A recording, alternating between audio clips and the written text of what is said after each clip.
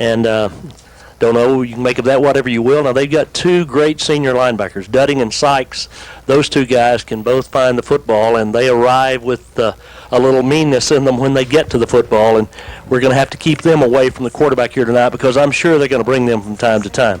You're saying that they're kind of like Collier is for us? He'll come in there and hit you? Yeah, they will. They both can run, and both Dudding plays some fullback for them when they get in the I formation, too. And, of course, you know the name Dudding.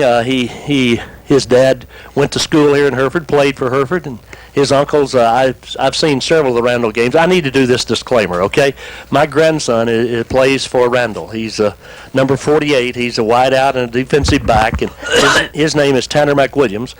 And tonight, I'm not necessarily saying they wanted to, but Julie and Scott are here, my two younger children.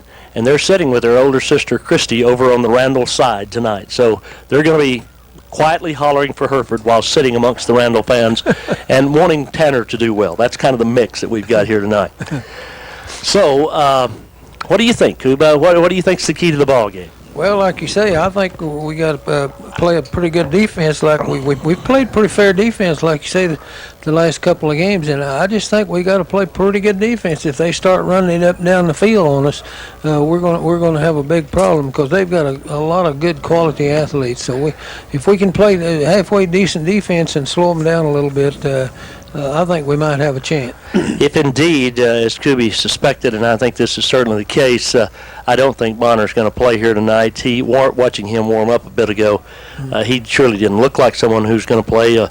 Well, he is a great. I have seen him play several times, and he is a really fine running back. And he has been hurt, unfortunately, all 3 years. Blake has. He had a real bad injury as a sophomore, then got nicked up last year, and has pulled a hamstring, I think is what he did a couple of weeks ago, and he just didn't look like, again, warming up, he was going to be able to go at full speed. And again, on a cold night like this, if that is what the injury is, there's a real risk to even doing more damage. Well, no doubt about that, and I just don't see how he can the way he's gingerly getting around on that thing. So I think they're going to have to go without him. I imagine their backup tailback is a pretty good player himself. He is. Christian Heredia is the senior backup there, and then they've got another guy, Nick Gibson. They've been playing in there some. Nick's a junior, 185-pounder.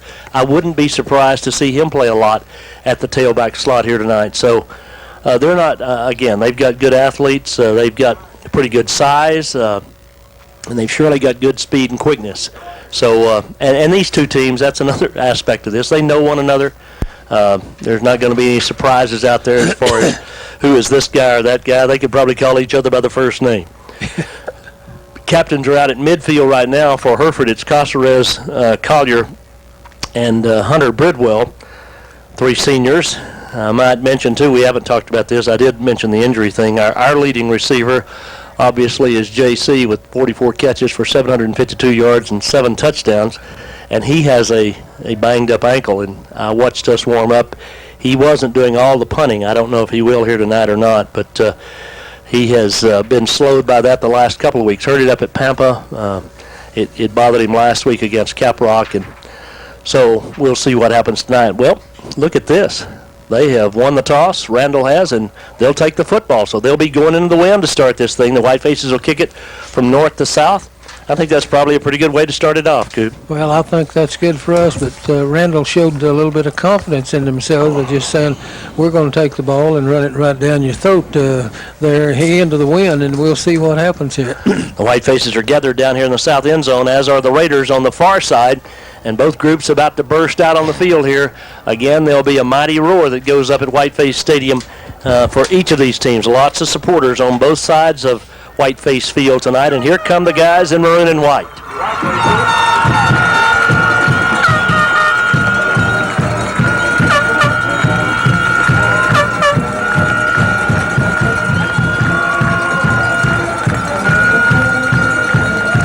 The winner of tonight's game will be in sole possession, will be assured of no worse than a tie for first place. Both teams have games left next week, Hereford at Dumas, and that'll be a big one, but obviously we can't look ahead to that. And the Raiders, I believe, still have a game left with, not sure who, I think Caprock. Raiders have come out, they're wearing silver helmets, white jerseys, some black trim, and some of the hardest numbers to see in the whole wide world. Their numbers just blend right in with their jerseys. It's very difficult to call from time to time. It really is. Raider band in the stands over across the way, the Whiteface band on the near side, and the Whitefaces and Raiders ready to hit him here at Whiteface Stadium. Again, both teams 3-0 in the district. Hereford 6-2 on the year. Randall is 7-1. Their lone loss coming at the hands of the Tascosa Rebels in a strange game that they trailed 21-0 at halftime, and then very nearly came back and won in the second half. Whiteface's losses were to Snyder, 50-49 here on this field, and to the Friendship Tigers. Now, there's lots and lots and lots of possibilities on this big school, small school thing, but as it stands tonight, if this thing plays out like it is, like you would expect it to, the big school from down south will be Friendship. The big school from up here would be Randall. And if that's the case, boy, Randall will have a tough opening game. Boy, it would. I'm telling you. Whoever has to play Friendship, the first game is really tough. All those other people are playing at El Paso school, and there's sure a lot of difference in that. But I'm telling you, that will be a tough game for anybody to play. Whitefaces, well, actually, we'd play the first game. We'd play the second and third place teams from that district down there, Big Spring or Estacado. Yep. And then if you win, you play El Paso in the second round. But that, again, that's all a long way down the road. And we can kind of tell you as the night goes on, maybe Dumas and Pampa are playing tonight. If Dumas beats Pampa, Hereford's assured of being in the playoffs. If they don't, there's a lot of other possibilities that come into play. So let's see what we shall see as the Whitefaces and the Raiders get set to meet Hereford's Parker Bridwell, ready to kick it away. The sophomore will kick it, the wind at his back. Again, that breeze about 10 to 15 miles an hour. Raiders with two deep men standing along the end zone. And let's see if Parker kicks it away or kicks it along the ground. Fans are on their stands, and we are ready to go. Whiteface football against the Randall Raiders, and Parker Bridwell hits it high end over end and short.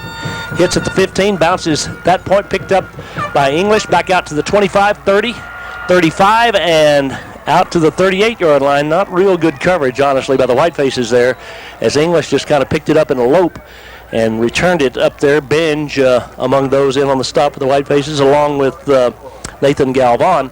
But it's 1st and 10, Randall in pretty good field position to start their first series of the night. Well, it really is. He picked it up about the 20-yard line down there and just, like you say, kind of loped right up the middle of the field, found a little opening up there and ran it back out for about 20 yards out to the 38-yard line. I'll set the Raiders' offense after this first down snap. Burtis is the center. Marson and Kiever are the guards. Paris and Hooker are the tackles. I formation, back to throw. With the wind in his face, long throw by Glaw. Got a man out there. It is incomplete. There was Collier running stride for stride with the intended receiver, Tyler Willard, and it'll be 2nd down and 10. Boy, that's kind of a surprise. They come out and faked the ball out of the I formation, and quarterback went back, Glenn, and fired that thing way down the field. Pretty well covered down there. It could have been complete, sure, but he was right on top of him, and it went incomplete. He should have caught it, honestly. Collier had good coverage, but the ball was catchable, and Willard didn't hang on. 2nd down and 10. That was into the wind. Glaw threw that thing. Glaw's about 6'4". He's just a junior. 4-down lineman for the Whitefaces.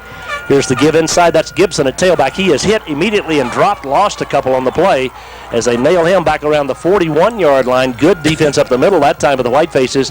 That's Jimenez among those in on the stop, and it'll be 3rd down and 11. Well, that was a great job by Jimenez. I mean, he come up in that hole like a linebacker's supposed to a lot of times. Yep. And in fact, he lost a couple of yards on that play. 3rd and a dozen, 11-19 and counting first quarter. The Raiders don't huddle. They look to the far side each time, and their coaches signal in the plays to the entire team.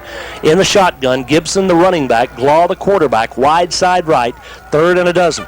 Glaw rolls left and wants to throw. Looking out here, throws, fires it, and tipped in the air, and intercepted by Collier. What a play by Collier as the junior Cameron Collier tipped it up and then gathered it in at the 43 of Randall. It's 1st and 10 Whitefaces. Boy, they were being quarterback Glaw was being rushed, and he threw that thing a little bit before he wanted to, and Collier just barely got his hand on it, tipped it up in the air, and then went after the thing and intercepted. That was a great job. Trying to throw it to Brandon English, but didn't make the connection. I didn't even get a chance to set the Whiteface defensive unit. Here comes the offensive group out there with Beavers and Blakely and Enriquez and Perez.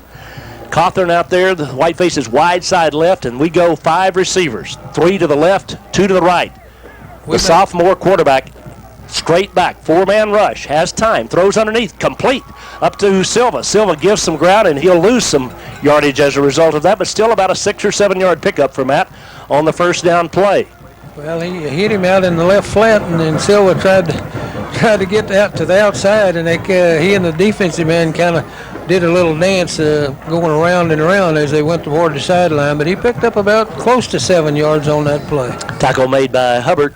It is second down. We'll call it second down and 4, wide side right, and Jonathan Davis goes out to the left. That's the short side. 3 receivers to the right. Running back is Ozoya. The Whitefaces move. It's going to be second down and 9. That's not what we need.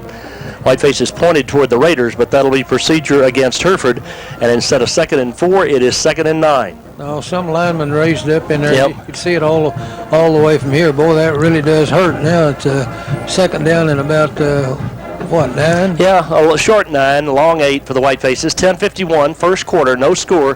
Hereford with the football, their first possession of the night. Wide side right, again that same shotgun formation. Randall moves up on the line of scrimmage, but gets back. Bridwell hands off inside Lozoya. He runs into the pile, drives the pile forward, gets about 4 or 5 yards on the play. Going to be third down and 4. Got back the penalty yardage, but a big third down upcoming. Boy, that really that shows how that hurt. We'd have had a first down. Sure. If we hadn't got the little penalty, but that was a good job. He picked up about 4 or 5 yards. Lozoya did, right straight up the middle. Wind at their back, third and 4, wide side right. Again, they stacked 3 receivers to the right side this time. Single receiver to the left for Bridwell. He rolls right and he wants to throw. Dudding comes on the rush, throws underneath, complete to Caceres, inside the 30, to the 25, JC to the 20, at the 15, and finally yanked down at the 17-yard line. But it's first and 10 Hereford as he's brought down by Felton.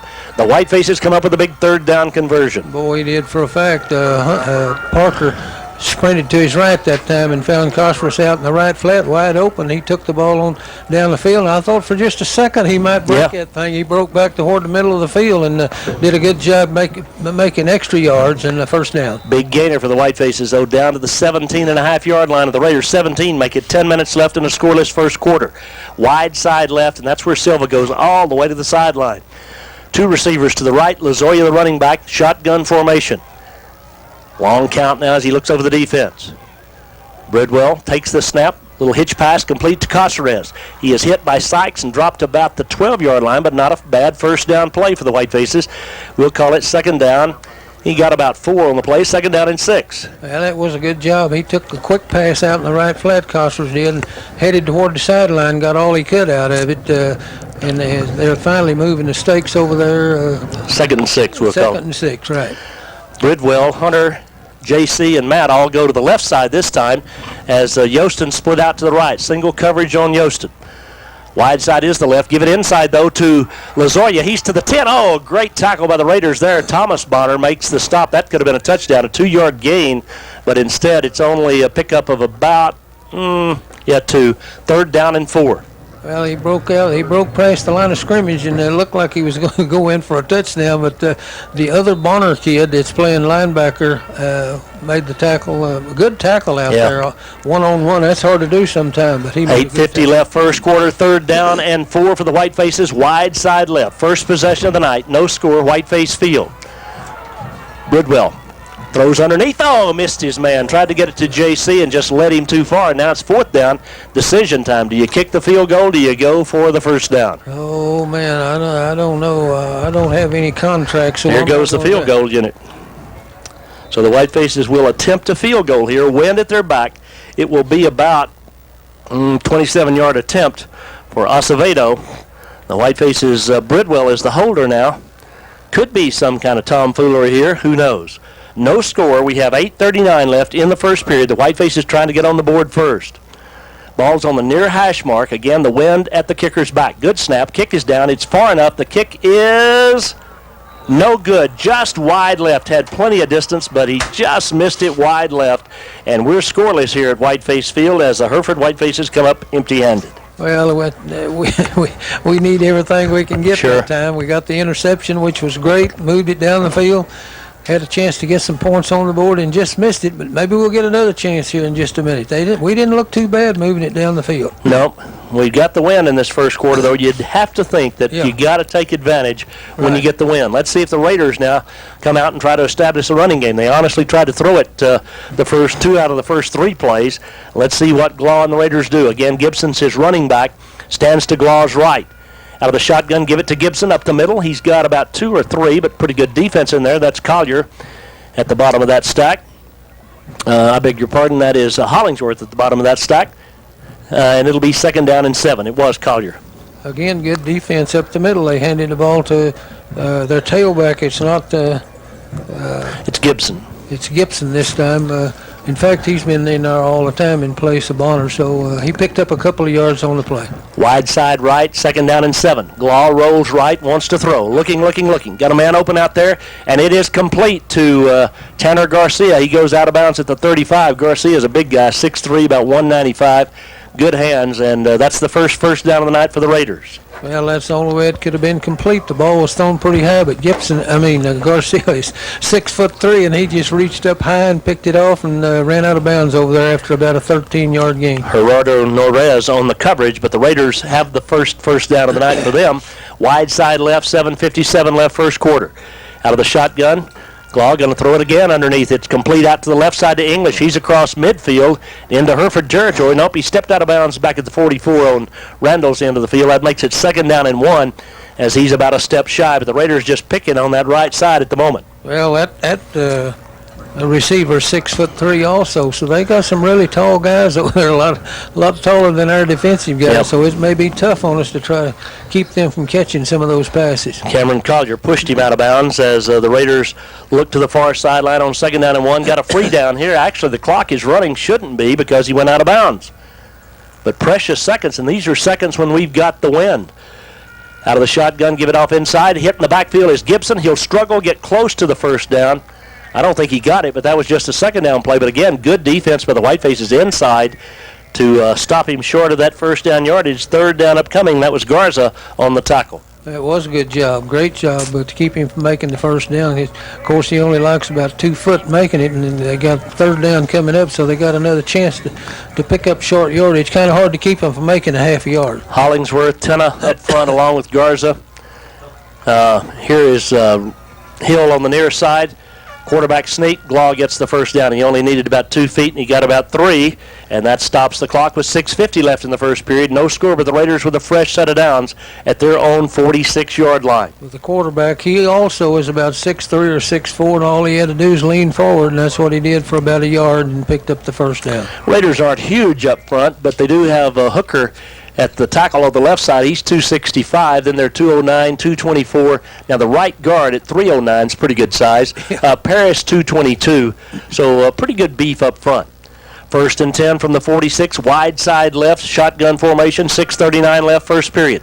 Glaw wants to throw. Looking. Throws it underneath. It is complete, but the gain is for nil. Great coverage by the Whitefaces. Tried to hit the wingback coming out. Benj and Hill were there, and it's 2nd down and 10. Boy, it was a good job. Number 22 means he's usually all over the field, and that time he came in and made the tackle for no gain. I'm telling you, he is a fire plug out there. Whitefaces deploy defensively now as the Raiders come up. Wide side right again. They're going into the breeze. Randall is in this first quarter. This time Glaw in the I formation goes down under center. He's got receivers split left and right. He gives to the tailback. Gibson running right has a seam across the 45 and to the 44. First down. The Raiders just blasted off that right offensive side, left defensive side, and got 11 yards on the carry, and that's more than enough for the first down. Well, that's over on the right side where the big guy is, 309 pounds over there, and they knocked a hole in the white-faced defense over there, and the runner was able to pick up about 12 or 13 yards and a first down. Line of scrimmage, the 44 on Hereford's end of the field, 5:57 and counting. First period. The Raiders now have picked up 3 first downs in this drive. Wide side right, rolling left though is Glaw, wants to throw. Throws against his buddy. It's complete down to Tanner Garcia. He's near a first down, got about 9, brought down by Benavides and Cameron Collier and Jimenez. There is a flag on the play. It looks like it's against Randall. Holding against the Raiders, so erase that one from your memory. Instead of 2nd down and about 1, it is 1st down and 20. They'll move the ball back into Randall's end of the field. 5:41 remaining, first quarter play, Whiteface Field, no score, the Raiders driving into the win. Well, they had enough on the completion for just about a first down, but the old holding bug jumped up, and they're moving the ball back. It's going to be... Riley Hill was the guy who got held here on the near side, it appeared, watching the replay here from Jim. So the Raiders have it 1st and 20 as they move it back to the 46 of Randall. Clock running at 5:49 left first period. This time they split 3 receivers to the right, a single receiver to the left. Glaw out of the shotgun. Going to throw the little hitch pass. No, going to throw, back to the right side, complete, and into Hereford territory.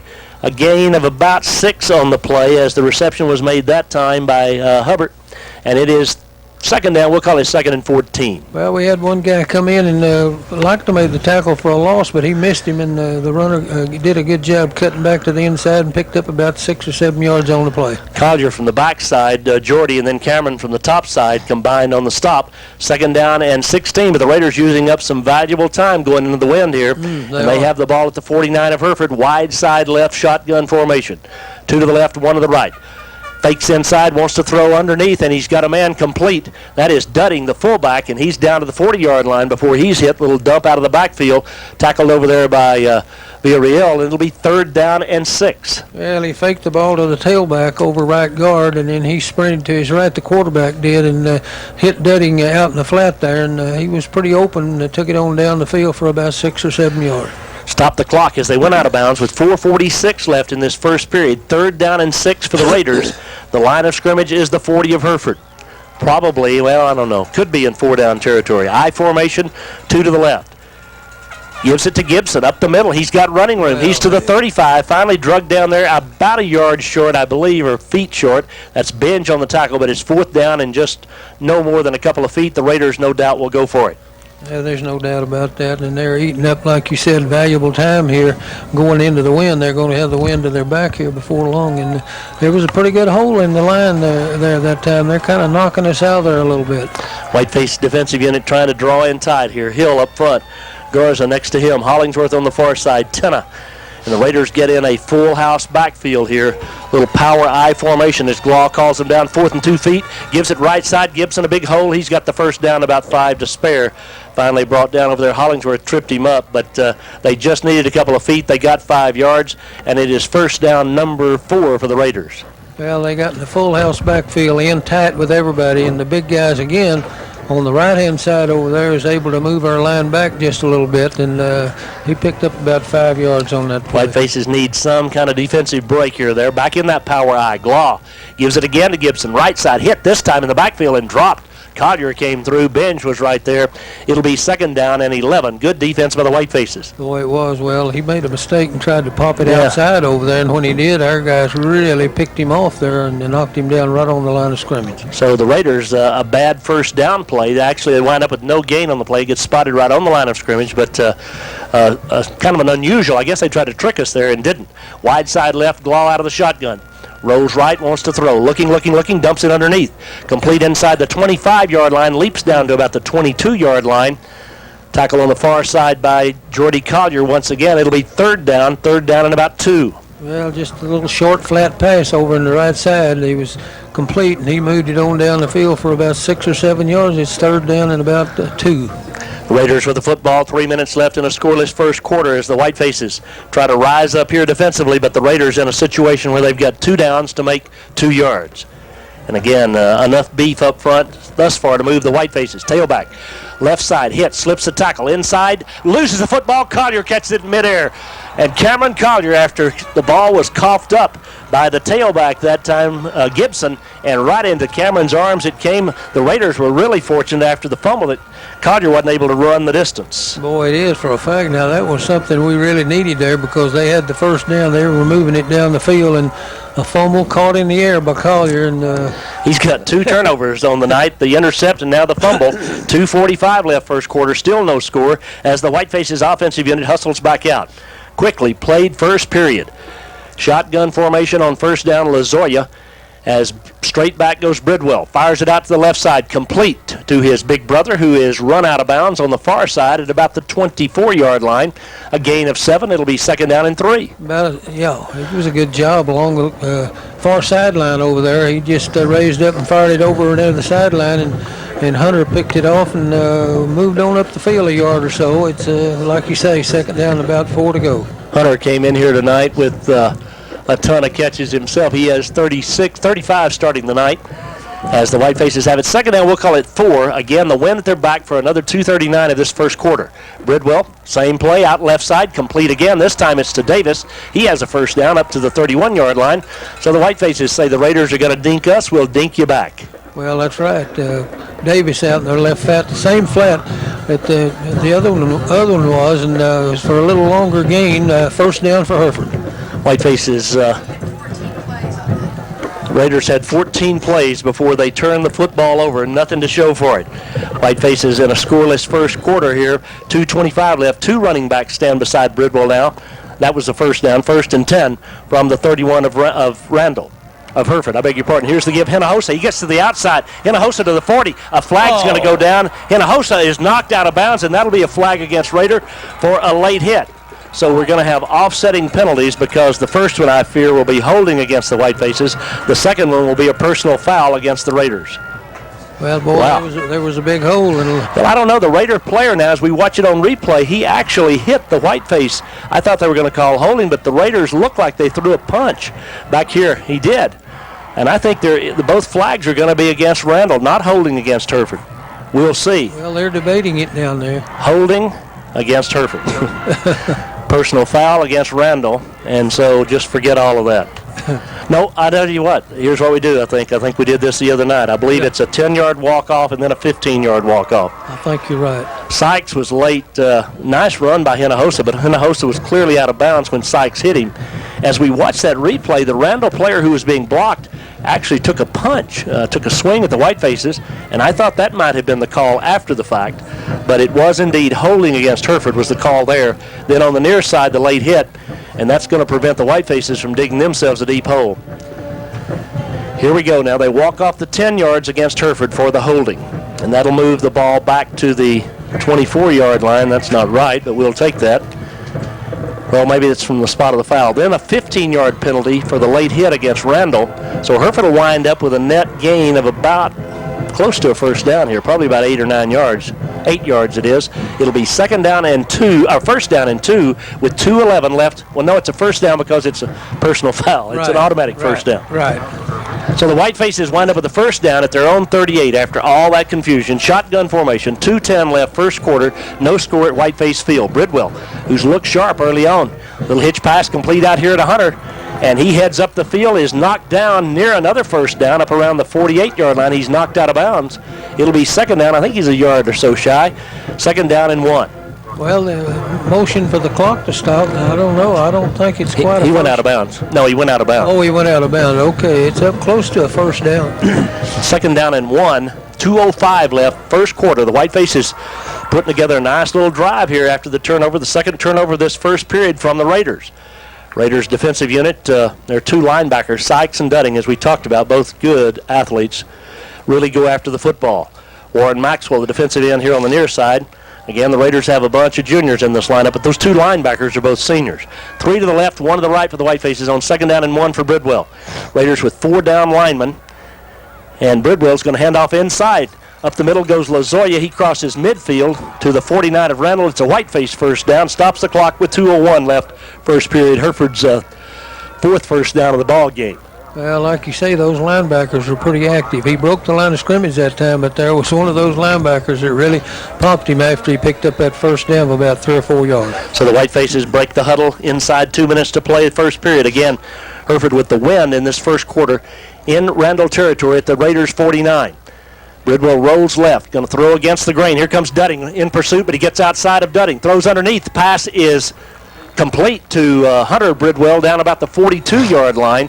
A gain of about 7. It'll be 2nd down and 3. Just snuck that one in there. Boy, he just nipped that thing in there in time because Randall had a guy all over him over there on the sideline, and Parker really zipped it in there, and he caught it for the 7-yard gain, 2nd down and 3. He didn't get out of bounds, though, so the clock running. We're in the final minute 20 of this scoreless first quarter. Wide side to the right now for the Whitefaces. Shotgun formation as they've been in most of the night. Bridwell takes the snap. Here's the reverse to Silva to the 40, 35. Silva on the far side, and Matt's finally knocked out of bounds down around the 30-yard line, but it's more than enough for the first down. A 13-yard gain.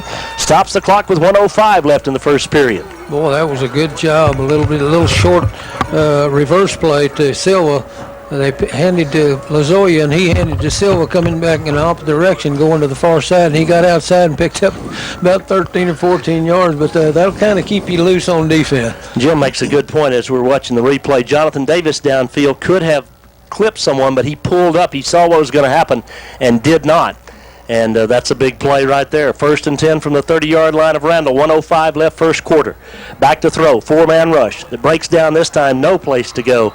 Parker, they got him from both sides. A loss of 5 as the Raiders got their defensive end Felton in there on him. First time really he's had serious heat tonight, but it's 2nd down and 15. Boy, that's right. That really does hurt, though. 1st down and 10. Now it's 2nd down and 15. As they closed in, they didn't leave him any gaps to run in. No. They just all came through and knocked him down for about a 5 or 6 yard loss. Final seconds of the first period. Again, the Whitefaces have the benefit of the breeze in this first quarter, but only 30 ticks remain. Wide side right, 2 to the right, 2 to the left. Shotgun formation. Bridwell takes the snap, goes straight back. Here's a 5-man rush. Steps up, gets away. He's to the 35, the 30. He's to the 25, cuts back and down to the 24-yard line. Nice run by Parker. He's about 4 yards short. It'll be 3rd down upcoming, and that'll likely be the final play of the first quarter. Well, that time he went back to pass and couldn't find anybody, and he found a gap to run in, and he picked up about 11 or 12 yards on the play, 3rd down and 5. That's the end of the first period. No score at Whiteface Field. It'll be 3rd and 5 Hereford when we come back in 1 minute. Expected, but I probably didn't expect nothing after 1 quarter, but that's where we stand right now as the Whitefaces start to head into the wind. 3rd down and 5 from the Randall 25. So this is for sure and for certain 4-down territory, Coop. Yeah, no doubt about that. And you're right about the game. The first quarter, you expect at least one touchdown by one of the teams, but 0-0 after 1 quarter. Let's see if the Whitefaces can give Bridwell time to throw it here on 3rd down and 5. Wide side right, he rolls right. Dudding comes on the blitz, but he throws it back left. Oh, Collier just off his fingertips. We had him fooled, and the pass was just a little too long for Jordy Collier as Hereford was running the screen back to the short side of the field, and now it is 4th down and 5. Oh boy, you talk about a play! I believe we would have scored on that He thing. very nearly could have. We had him fooled with some blockers out in front of him. If Collier could have hung on to the ball, but he couldn't quite hang on to it. 4th and 5, huge play for both clubs here, just underway in the second quarter. The Whitefaces at the Randall 25 as they come to the line of scrimmage. Wide side right, 3 receivers to the right, 2 to the left. Look for Caceres now. He goes in motion, so there's 4 receivers to the right in this formation. Here's the snap straight back. Looking underneath, there is Silva. He doesn't see him, and he's down. He's sacked. Bridwell, just as he got pressure, Matt Silva came open over the middle, and Bridwell didn't have time to get it to him, and the Raiders take over on downs. Well, that's one of those times on 4th down that you don't have a whole lot to lose by getting rid of the ball at the last second. Fire it up somewhere down toward the goal line and see what happens. But that time he chose to go to the ground with it, and he lost yardage, and Randall takes over. Well, the pressure was coming so quick, honestly. He never picked up the receiver, and the Raiders hold, and the Whitefaces on a couple of 3rd and 4th down plays failed to come up with the 5 yards. So the Raiders with the ball come out in the I formation with Gibson as the tailback and Dudding as the fullback. And the Raiders move on the line of scrimmage. It'll be 1st and 15, as that time it was the Raiders' left side. I think it was Marson who was the man who moved a little prematurely and move it back from the 30 to the 25 for Randall. We'll take it every yard every yard we can. We'll take it. Set 1st down and 15. Kevin Prisk over to talk to Coach Collins here on the near side. Prisk, Collier, Benavides, and Villarreal in the secondary for the Whitefaces right now. Linebackers are Jimenez and Collier. Hollingsworth here on the near side. Rivera next to him. Tenna next to him, and Villarreal at the defensive end on the far side. First and 15, shotgun formation now. Glaw going to hum it out to the left. It's complete for about a 10-yard gain, maybe more. Where'd he step out of bounds? Now flag on the far side. Oh, my goodness, a gain of about 8. I guess Hereford's going to get a late hit, but that looked like something that the guy's still going down the field. I don't know how in the world that was a late hit, but that's what the call's going to be, and that's going to move it. Maybe it was a face mask. No, it's a personal foul, hitting out of bounds on the Whitefaces. 15-yard step off from the 34 out to the 49, so the Raiders get a big break and great field position. Well, it's a big ball game. I promise you, the guy wasn't out of bounds when he got hit, and it's hard for these guys to pull off. It's one thing when you're across that chalk mark, but when you're right there on it, generally not going to get that call, but we did. 11:44 left first half, no score. The Raiders with the ball, wide side right. Glaw rolls left, wants to throw. Throws underneath, complete to Willard, I believe it is. He's knocked out of bounds after a gain of about 4. It'll be second down and 6, but really good defense over there on the far side by the Whitefaces as Jacob Villarreal, the defensive end, had roamed way out there. Second down and 7, only 3 on the play. It was a good job. Quarterback threw the ball short over there, and we were right there to knock him down pretty close to when he caught the ball, so it's second down and 7. Wide side of the right, Raiders back in the I formation. They send 2 receivers to the right. Whitefaces with Benj out on one, Villarreal on the other. Fake, nope, gives it to his tailback. Gibson straight ahead. Boy, he is banged as he gets a couple. He ran into, got the big lick, I think, from Cameron Collier, it was. Got hit first, though, by the Whitefaces' Tenna, and it'll be third down and 4. Well, that was a good job. They tried to run right straight up the middle that time. They've had a little success running up in there, but that time he was popped pretty good after a couple of yards gain. No score, 11-12 left first half. The Raiders with the wind at the Hereford 45. Wide side to the right. They're in the I formation. Glaw gives to his tailback again, and again he finds it room up the middle. This time has a first down and then some. Finally knocked down around the 36-yard line, just blasting it right up the gut. And the tackle made by Prisk was probably a touchdown-saving tackle. Well, I think it was, but that time out of the I formation, like they ran in the last quarter, they moved it down the field in that I formation, and they found the gap up there on the right side again where the big guy is and picked up the first down. Whitefaces have had 2 opportunities, missed a field goal, then failed on 4th down, and have no points to show for it. Glaw throws underneath to Dutting. Dutting is hit, but spins forward, does a good job of getting about 5 yards on the play before going out of bounds down around the 30-yard line.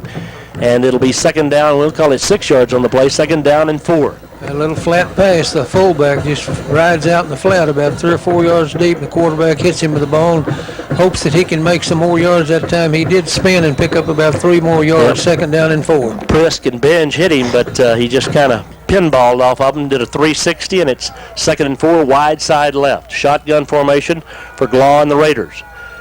Glaw gives off to Gibson, running left. Gibson has a little seam, finds daylight down around the 25-yard line. That would be the first down mark. That was just a second down play.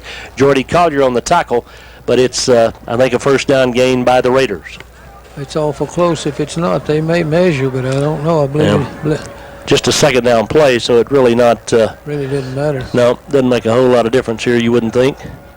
Pretty good defense by the Whitefaces, but again, the Raiders with enough size. Now Gibson goes hobbling off there, so he's out at tailback, and they're missing, I think, Heredia is in there, but I think he's a little banged up too, quite honestly. He's the senior tailback. It is third down and about an inch. Well, they got a great break there in that not being a first down. They didn't even bother to measure. Third down and an inch, I formation. Quarterback sneak, and Glaw gets the first down. He only needed to cross the 25 or get to the 25. He more than crossed it. So it's first and 10 for the Raiders as they pick up their 7th first down of the night. Well, he's about 6'4", like I said, and all he has to do is just kind of fall forward. That time he picked up about 1.5 yards, needed about a foot, and it's a first down. They're down. Well, they've had lots of. They got to have a lot of kids to be able to get down to their third tailback now. Yep. And he actually has played more than Gibson. Gibson hadn't played very much. Heredia has played instead of Blake when Blake's been hurt. And here is the roll left. He wants to throw. Got a man out there, but the Whitefaces are there. But a good throw right on the money. Pushed him out of bounds. Prisk did, but it's English or Garcia, one of those two big guys over there. I can't tell if it's 81. I'll tell you what, They might as well not have numbers, the Raiders, I mean. You can hardly read them. Yeah, that's true. The quarterback hit him right after he got past the first down marker over near the sideline, and like I say, he's 6'3", so he took it out of bounds. It's first down Raiders. At the 13 of Hereford, Benavides on the stop. I formation, Heredia straight ahead, down around the 10-yard line, a gain of about 3. It'll be second down. Collier again on the tackle. I'm telling you, Jordy is everywhere. Yeah, he really is. Out of the I formation that time, the Raiders handed to the tailback, fullback blocking for him right straight up the middle, picked up about, well, it's a short 3 yards, I guess. Closer to 2. 9:31 left in a scoreless first half, but the Raiders knocking at the door at the Whiteface 10. They've got a good field goal kicker if it comes to that. Whitefaces do too, but we missed the first field goal. Here is the roll right, wants to throw, looking in the end zone. Now pump fakes, throws it in the end zone, and it's dropped. Had it right on the hands of his receiver. Prisk was right on top of the intended receiver, and it'll be third down, and about 8 for the first down, 10 for the touchdown. Well, that was about as well covered as it could be, but it also could have been complete because the ball was thrown pretty good in there, but he dropped the ball, so it's third down and 8. Intended for Felton. It was his tight end who got a hand on it but couldn't hang on, and the Raiders now with 9:13 left in the first half probably got to get the first down here or touchdown, or they kick the field goal, I would think, since this ball game has gone as it has. Wide side right, Whiteface fans come to their feet. Down under center. Gives it to his tailback. He's dropped for a loss. What a strange call that was as the Whitefaces came knifing through. And again, it's Collier who just upended Heredia. He loses a couple on the play. Boy, he did for a fact. I mean, Collier came through there and hit him in the backfield. That was a great play by Collier, I'm telling you. And right behind him was Jacob Villarreal. So the Raiders will try now a 30-yard field goal from the far hash mark, or just inside the far hash mark. Wind at their back. Good snap. Good kick. It's far enough. It is good. The Raiders lead it 3-0 with 8:41 left in the first half. Randall's kickoff in 1 minute.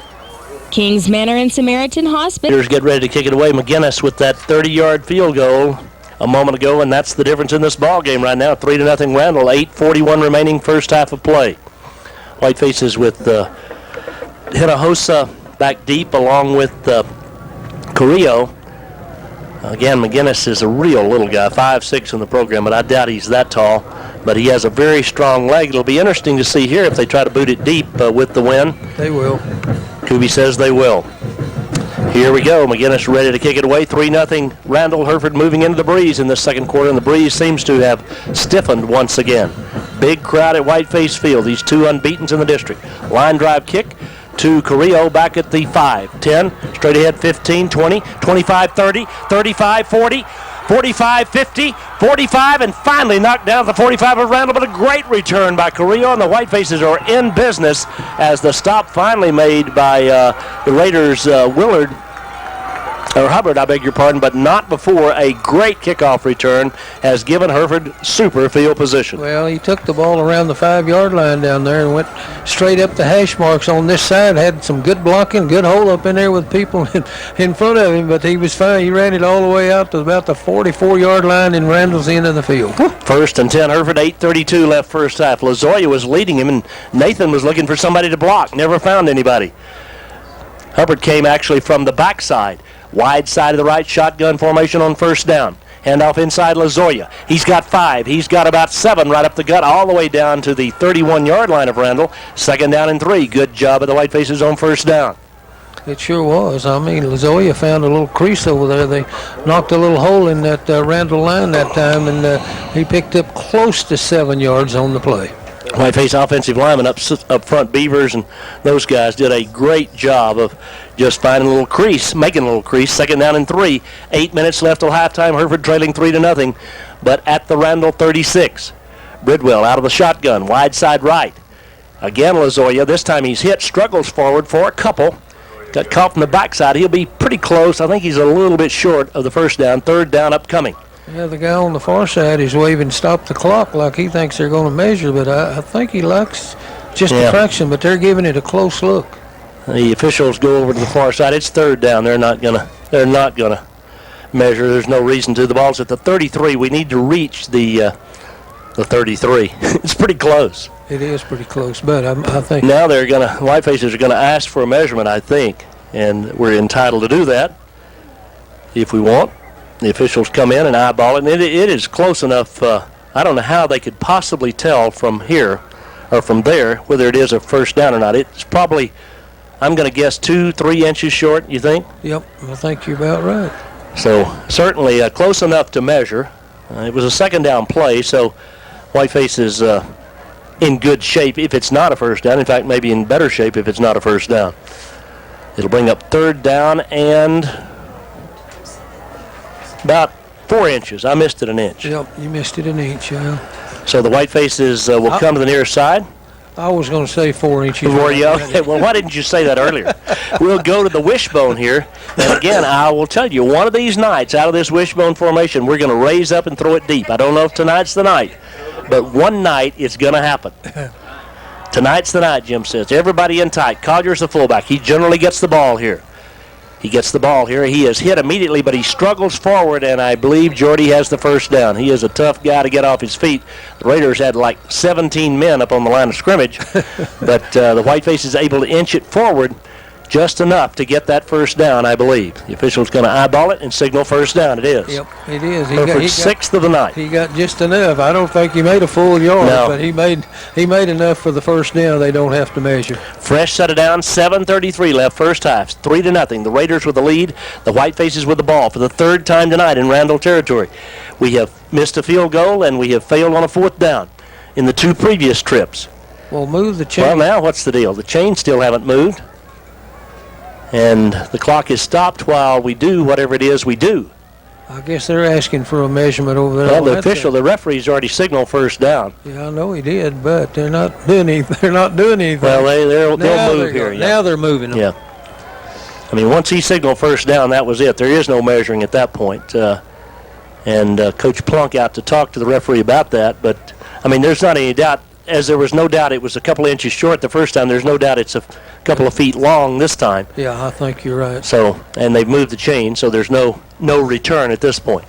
7:33 left till halftime. Chris Carrillo's kickoff return has put the Whitefaces in business at the Raiders' 33-yard line, first down and 10, as we are about the midway point of the second quarter. The Raiders lead by a field goal. Again, Hereford into the breeze in the second period, and a pretty stiff northerly breeze it is. Big crowd at Whiteface Field. Shotgun.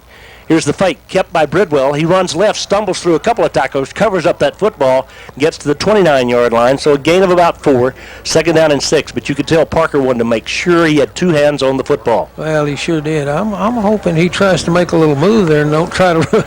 Our quarterbacks don't need to be trying to run over those linebackers, but he did a good job picking up 4 or 5 yards. Thomas Bonner on the tackle. Way out right now goes Yostin. Silva in the slot on that right side. Two receivers to the left on second down and 6. Straight back, quick throw. Behind Casares and incomplete. Third down and 6 now as the Whitefaces deep in Randall territory at the 29, but needing 6 yards on these next two plays to keep the drive alive. Well, Casares, he didn't seem like he was ready for that pass. So Parker Bridwell really fired that thing out there quick in the left flat, and I don't think Casares was quite ready for it. Well, it was a bit behind him as we watch on the replay, and I think that's part of his problem there. As the Whitefaces send 3, Bridwell, Silva, and Yostin to the left, 2 to the right, 2 to the left. Nobody back there in the backfield. They bring 4. He's got time now. It breaks down. He's going to run it. He's at the 25. Bounces to the 20. And down at that point goes Bridwell, but he's got a first down with about 2 steps to spare. A fresh set of downs for the Whitefaces. Well, that time he found a gap to run in. Couldn't find anybody to throw to, so he found a gap again that time and was able to pick up the 5 or 6 yards plus a couple more for the first down.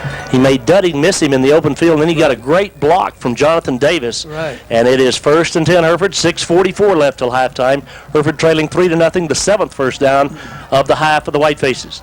3 to the right, 2 to the left. Wide side is the right. Bridwell all alone in the backfield, 4 down linemen for the Raiders. They bring 4, throws underneath, complete to Hunter. He's to the 15-yard line, and he's going to go out of bounds. Well, they're going to mark him, I think, a little short of that. So that's going to be about a 5-yard first down pickup. Not a bad start to the series of downs. Yeah, it's not for a fact. Quick pass out in the flat that time with Casares trying to block for him, and Hunter moved the ball on down the field for about a 5-yard gain. Whiteface has got a nice block out front that time, too, by Eric Martinez. Second down and 5. Jonathan Davis brings the play in. Clock stopped on that out-of-bounds play, so there's 6:24 left till intermission. 3-0 Randall. This time Davis goes wide right. 2 receivers to the left. Now Silva sets out to the right. Running back is Lozoya, but he goes in motion to the right. Look for Lozoya in this formation to get the football. Rolls right. Nope, he's going to throw. And throws deep into the end zone. Silva off his fingertips. A diving Matt Silva in the far corner of the end zone. Can't come up with it. It'll be 3rd down and 5. Boy, Parker threw that ball just about the only place he could because he was pretty well covered over there in that corner. He had to get it over a defender down there, and when he did, it made Silva go up in the air trying to catch the thing, and it went off his fingertip. Thomas Bonner was running right with him, and Parker did do a good job of throwing it. Matt gave a great effort, but it just missed by a fraction of an inch. 3rd and 5. Now the Whitefaces have stalled the 2 previous times down here in this part of the field. Let's see what they can do now. It's Beavers, Blakely, and Enriquez up front. Try to give him time. 4-man rush. Got time. Looks. Pulls it down. Hit. Spins away. Still looking. Gives ground. Throws it back underneath. Through the hands of Silva. Dudding was right there. I'm not sure how far Matt could have gone, but a little improv there by the Whitefaces, but nothing to show for it. 4th down and 5. Boy, oh boy, like you say, we've stalled a time or two after we got down here like this. It's 4th down and 5, and this is a big play coming up here. So let's see what Bridwell and the Whitefaces can come up with. The 16.5-yard line, the line of scrimmage, about the 11.5, the distance to reach to get the first down. 6:11 left till halftime, 3-0 Randall. 10 seconds left on the 25-second clock as Hereford hurries up. Wide side right. Now Bridwell looks over the defense, takes a snap and rolls right. Here comes the rush. Gets a good block on the corner. Throws underneath, incomplete. Again off the outstretched fingertips of the intended receiver. Can't tell who that was. That was Matt Silva. Again, just by a fraction of an inch, the pass is incomplete. Well, he's a pretty short guy, and he's making him stretch a little bit too far up in the air, and he having a hard time bringing it down, but it was a little too high for him. Well, the Whitefaces turn it over again. 6:07 left till halftime. 3-0 Randall. 3 trips into Randall territory. Deep Randall territory have shown nothing for the Whitefaces. That time, boy, we had a guy come open as I look back on the replay, and we just didn't see him. 6:07 left till the intermission. The Raiders, with the wind at their back, come out in the I formation with Glaw at the down under position. He fakes and rolls right and wants to throw. Underneath, it is complete to his tight end Felton. The gain out to the 25. It'll be 2nd down and about 3. Well, this is one of the first few teams that's been using their tight end as a receiver quite a little bit. I think that makes the second pass he's caught, and he was able to pick up about 8 yards on that play. Pretty good defense. Nice throw by Glaw, but good defense by the Whitefaces. Nice tackle by Priss, but it's a gain of 8, 2nd down and 2 as the clock runs with 5:35 left in the half, and the Raiders leading 3-0. Globe News picked this thing 29-27. Not looking like that kind of game at the moment. Dumas and Pampa, no score. Glaw pitches it out left side, complete. Hit and dropped immediately as the receiver, and a flag comes in late here, and I think the Raiders are going to get a step off against them right here. Well, it looked like they had a lineman downfield. Number 68 there was downfield. I don't know whether that's the call or not, but let's see. Holding against Randall is the call. Holding. And so erase that first down, move it from the 25 back to about the 15-yard line, I believe is where the penalty will come from. And the Raiders will have it 2nd down and a dozen if that's the case. Well, I think that's right. 10 yards would be just about the 14, maybe 13-yard line. Out here on the flank, one of the Randall pass block, or one of the Randall wideouts grabbed a hold of the Whitefaces, and that's where the flag came from. And so move it back to the 17-yard line. No. It's not the 17? No. 2nd down and 10.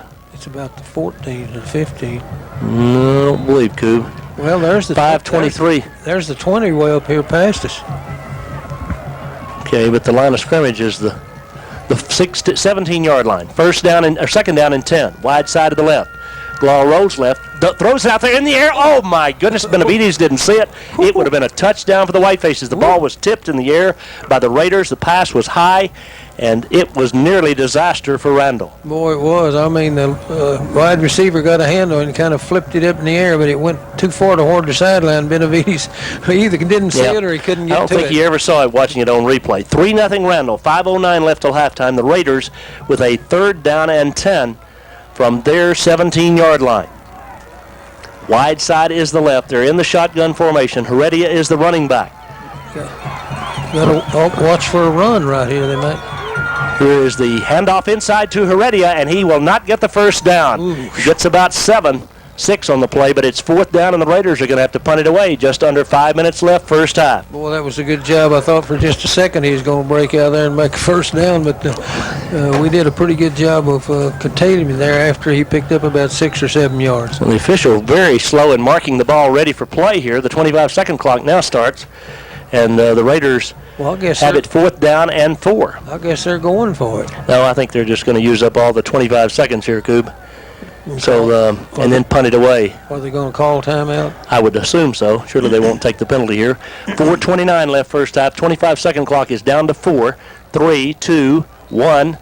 And the Raiders do burn a timeout with 4:23 left in the first half. 4th and 4, Randall. We're back in 1 minute. We're back to play. They didn't give us a 60-second timeout, and the Whitefaces send Silva and Collier back in twin safeties. The wind at their back now. The Raiders should get a big booming kick here on 4th down and 4. 4:23 left till the half. The Raiders again lead the Whitefaces 3-0. Good snap. Token rush. Kicks off the side of the foot, but sails way down there. And Silva, who returned one last week, gets it at the 28. Matt back to the 35, and he will not go any further than that. The ball comes loose. Raiders pick it up, but it is down. It has been ruled down back at the 31-yard line. The Raiders celebrating, but in vain, as the play had been stopped. Well, he didn't have much of a chance. The Raiders had good coverage that time. I mean, across the field, and Silva just didn't have anywhere to go, so he was knocked down right there on the spot about the 30-yard line in Hereford's end of the field. Whitefaces down 3-0. 4:11 left in the first half. Had the ball at their own 30-yard line, driving into the wind. Hunter Bridwell, along with Caceres and Silva, go wide to the right. Nobody split to the left. 1st and 10. Bridwell out of the shotgun. Hands off inside Lozoya. Lozoya finds, kept by Bridwell, and Bridwell crosses the 40 out to the 42. Nice fake by Parker, sure fooled me. 13-yard gain. It'll be 1st down and 10. What, Jim? He fooled one of those Randall guys, too, because he cackled Lozoya out about 10 yards outside over there. Still tackling Lozoya. Bridwell did a great job of faking and took the ball for a 1st down. So the Whitefaces get a little space out to the 43 on their end of the field. Clock running with 4 minutes left first half. Bridwell again out of the shotgun, the sophomore. Straight back, 4-man rush. Has time, looks. Throws to Caceres. He makes the grab. Out of bounds at the Randall 39. Nice pitch and catch by those two guys. Thomas Bonner on the tackle. Boy, it was for a fact. Caceres about 15 or 20 yards down the field, turned toward the sideline, and Parker Bridwell hit him with a perfect pass, and he went out of bounds right there. I'm telling you, I am impressed with how well we have played in this first half. And Bridwell, again, kind of like last week, kind of getting his feet under him as this thing goes along. 3:51 till the intermission. 1st and 10 from the Randall 39. Hereford trailing 3-0. Straight back is Bridwell. Here comes the rush. Pulls up, throws over the middle. Caceres catches it at the 15, at the 10. It's 1st and goal for the Whitefaces as Bridwell to Caceres. Bonner on the tackle. 1st and goal, Hereford. Boy, it was another great throw and catch. Parker Bridwell to Caceres as he went down the field on this side and turned toward the goal post. And I mean, Parker hit him with a perfect pass, and he took it on down the field. 3:46 till halftime. Hereford trailing 3-0, but knocking at the door. 1st and goal from the 10. Can't get a 1st down without getting a TD here. 3 receivers to the left, 1 to the right. Lozoya stands beside Bridwell as we're at 3:35 remaining in the first half. Plenty of time. In motion goes Caceres to the far side of the field. Here's the fake inside handoff to Lozoya. He slips one tackle but is down at the 8. Boy, a great tackle by Dudding. Saves a TD right there. And it is 2nd and goal from 8 yards away. Well, he only made a couple of yards on that play. Looked like he's going to make more than that, but was it Dudding you said made the tackle? Dudding came off a block, fought off the blocker, and made that stop. 2nd and goal from the 8. 3 minutes, 5 seconds till the intermission. Whitefaces down 3-0, their 4th trip, but this is the deepest we've been in Raider territory in the first half. 3 receivers to the right, 1 to the left. Shotgun formation. Bridwell rolls right. Here comes the blitz. Looking, fires it into the corner of the end zone, complete. Caceres, touchdown, Hereford. 2:49 left first half. The Whitefaces have taken the lead on the 8-yard touchdown toss. Bridwell to Casares. Boy, if that wasn't a heck of a job by Parker Bridwell, he sprinted to his right, what we call a sprint out pass. And when he got ready to throw the ball to Casares down around the goal line, I mean, he fired that thing about the only place he could, down pretty low, and Casares made the catch. And Casares knows how to catch it too, buddy. The Whitefaces with a great drive after that kickoff return by Carrillo, and now Acevedo will try to make it 7-3. The kick into the wind. 2:49 till the intermission. Again, Parker Bridwell's the holder. The snap is high, but he gets it down. The kick is far enough. The kick is good. 7-3 Hereford. Hereford's kickoff in 1 minute. I misspoke a moment ago. That was the 70-yard drive, not the kickoff return, but the Whitefaces took over after the only punt of the first half and went 70 yards for the score. Casares with a great series of downs, and Bridwell as well, chunking that football. Skims this one along the ground, picked up on one hop at the 25 of the Raiders, back out to the 32-yard line, but good coverage by the Whitefaces as they hustle down there. The Raiders have the football. 1st and 10, the stop made that time by Hereford's Kevin Willier. Boy, he was hit pretty hard. He was. hard there. He squibbed the ball. I don't know whether he did it on purpose or not down. The Randall boy took it about the 25-yard line and run it back out to the 33 or 34, but, he was really hit there and knocked down hard. All right, 7-3 Hereford, 2:43 left till the intermission. Let's see what the Raiders do here. They've got the benefit of the breeze, but Hereford scored that TD going 70 yards into the wind. Pretty impressive drive, and Jim pointed out, Bridwell, you'll see it on the replay, threw off just one leg. I mean, kind of stepped back and fired a bullet to Casares, who can flat catch the football. Casares, I mean. Here we go. Glau's going to throw. First down. Here comes the blitz. He throws with a man on him and overthrows his intended receiver. Intended for for Garcia on the far side. It's 2nd down and 10. Well, I thought maybe with not much time left. Of course, there's quite a bit of time left, but I thought they might try to hit the home run here where they got the wind behind them. I can't tell whether the wind's still about like it was or not. The flags are not standing straight out, but they're still blowing out there pretty good. But the ball went incomplete that time, 2nd down and 10. 7-3 Whitefaces, 2:39 left till halftime. The Raiders with the football. The line of scrimmage is their 34. 2nd down, 10 yards needed. Villarreal on the coverage on the outside over there. Prisk as well. Binge too. Single receiver to the right. Glau going to roll right. Now handoff back inside to Heredia. He finds a big hole up the middle across the 45 and out near midfield as they caught the Whitefaces that time. And Heredia sprung it right up the middle. Binge and Prisk make the tackle, but a gain of about 15. It is 1st and 10. Well, that's that little misdirection stuff that we try to run sometimes. The quarterback took the ball kind of like he was going to sprint to the right and hand it off to his fullback sitting there, and he went back over left guard and found himself wide open there for the 1st down. 7-3 Hereford, 2:25 left till halftime. The Raiders have two timeouts remaining. Handoff inside Heredia again. This time not much doing as he gets about 3, maybe 4. It'll be 2nd down. Jacob Villarreal on the tackle. 2nd down and 7. Well, and really not too bad a defense that time. Pretty good job of the Randall boys to pick up 4 yards on the 1st down, but really pretty good defense. 2 minutes remaining first half. The Raiders trailing by 4, but driving at the Hereford 46. 2 receivers to the right, 1 to the left. Glau fakes, going to keep it himself. Heads up the field. He's not got much room to run. A couple of yards. It'll be 3rd down upcoming.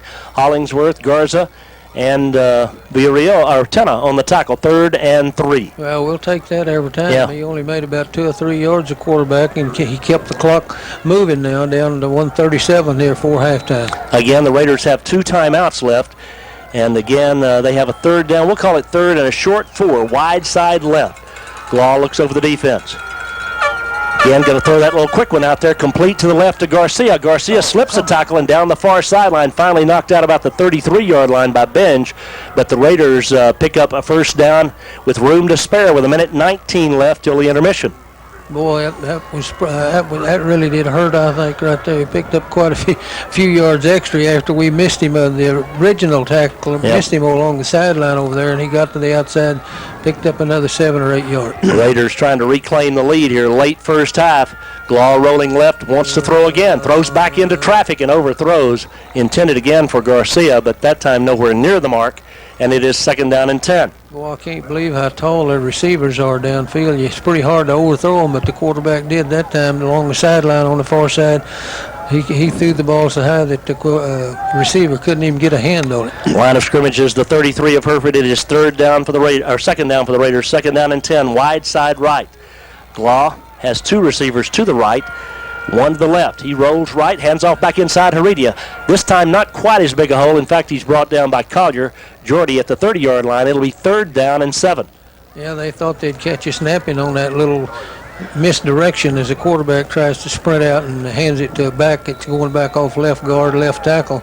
That time Collier stayed at home and made the tackle after about a 2 or 3 yard gain. 3rd down and 7, wide side right. Going to throw it out here for all he's worth. The Whitefaces are there. The pass is overthrown, and it is 4th down and 7. 46 seconds left till halftime. This would be a 47-yard field goal if they elect to try to kick it. I don't believe they'll try even with the wind they got, and it's not really in the middle of the field either. So he has kicked this length before. Now, I don't think they're going to do it here tonight. I think you're right, down by 4. 46 seconds left till half. The Raiders will go for it from the 30. They need to reach the Hereford 23. The white-faced fans come to their feet, encouraging the defense as Glaw takes the snap straight back. Glaw throws underneath. It's complete, but dropped well short of the first down as Garcia. In fact, he lost yardage on the play, tried to run that little slip screen, and the white-faced defensive unit holds, and what a lift for the guys in maroon and white just before halftime. Boy, they did for a fact. I'm telling you, they thought they'd catch you snapping a little bit by that little screen pass over in the left flat, but boy, we had guys there to knock him down for about 2 or 3 yard loss. That was a great series with the Whitefaces. It was. The 3rd down play was a strange one where they just kind of threw it hoping to make the connection, and then threw the little slip screen on 4th down, and the Whitefaces with 40 seconds left and a 4-point lead. I'm assuming we'd be running out the football here, the halftime here. I wouldn't be surprised. Out of the shotgun formation, though. No, go down under center. Bridwell will take the snap. Lozoya stands beside him. They do have 2 timeouts. He gives it to Lozoya. He runs up the middle. He's got about 6. It'll be 2nd down. He got 5. 2nd down and 5, but the clock's in motion. Well, he paid the price pretty good there. He got hit pretty hard, but he did pick up about 6 yards on that play off left guard, left tackle. 2nd down, and the Whitefaces don't have to snap it again if they don't want to, but they do want to, apparently. Wow. 19 seconds left till halftime. 2nd and 5. Bridwell's going to throw it. Looking long out here. Got a man, and it's intercepted. Oh, nope, dropped it. Boy, what a play by Heredia. He had one hand on it, almost pulled that thing in at midfield. 11 seconds left till halftime. I don't guess that was a huge risk, Coob, but pretty dangerous stuff there with a 4-point lead. Well, it is. Of course, the time's running out. If he could have thrown that ball just a little farther, we could have had it complete, but he wasn't behind everybody. He was going to be tackled. Caceres was down about the 45-yard line, but it was underthrown just a little bit. And you're right, the Randall boy made a great try to intercept that thing. He came off his man. It really wasn't his coverage, and he came back to the inside. But Hereford with a 3rd down and 5 and 11 seconds left till halftime. Got to convert here. The Raiders can make the Whitefaces punt. Here's the snap. Handoff inside. Here's Lozoya. He's hit immediately but struggles forward. Gets close to the 1st down, but I don't think he got it. Well, we're down to 3 seconds, 2 seconds. The Raiders aren't going to take a timeout. We are at halftime, and the Whitefaces have a 7-3 lead over the visitors from Randall here in a hard-fought defensive first half of football, Coop.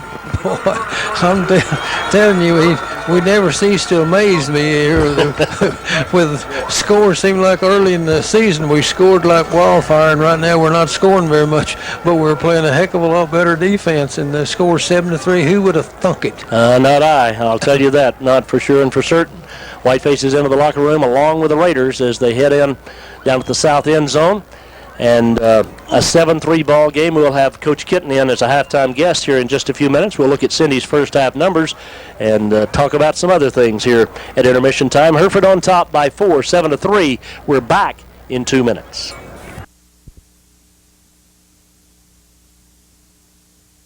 A big man, and Jordy Collier was just everywhere defensively for the Whitefaces, but the entire Whiteface defensive unit really swarmed the ball. Hollingsworth and Jacob Villarreal, Josh Garza, Sonato Tena, those guys, Chris Benj, of course, he's always everywhere, Johnny Benavides, Henry Jimenez, all those guys did a wonderful job in the first half, and what was predicted to be a high-scoring ball game is 7-3 here at the intermission, so go figure. These games, you just can't do it. Next week, the Whitefaces go to Dumas for the regular season finale, while Randall will play Caprock in their regular season ending. Again, the Raiders, I think, are in a position, if they win either of those two, they are in either tonight or next week. They are assured of being the large school entry in our district. The only way that would be different would be if we had some weirdness tonight, and it's still possible that Paladuro could make the playoffs, although not very likely. That score, by the way, we've got a score from Dumas and Pampa. They're just posting it right now. Let's see what it is. It looks like it's 7-7 at the half. So those two teams battling on even terms through the first 24 minutes of play, and it's been pretty much the same here at Whiteface Field. Hereford leading 7-3 over the visitors from Randall High School. Big crowd here on this cold night, kind of windy, breezy evening, but a great first half of football. Mighty Maroon Band of Mr. Barrows getting ready here to play on the home field. This obviously is the regular season finale. Hereford has a game next week, but it's at Dumas. And tonight after this game, you might have read Lance Lonnert's column today. He wrote about the senior walk. And the Whiteface players, win, lose, or draw, will come out of the locker room after this ball game is over. The seniors will. And hold hands and walk from one end of the field to the other in a straight line across that field. It's a very impressive sight. It truly is. And it's been something that's been going on here for the last, Lance said 20 years. I'm not sure it's quite that long, but it's been a number of years since the Whitefaces first began that tradition. Mighty Maroon Band still getting warmed up out there. They may not be able to get warmed up tonight. It's kind of a cool night. But as they finish up, let's take one more 60-second timeout. We'll be back with their performance in 1 minute.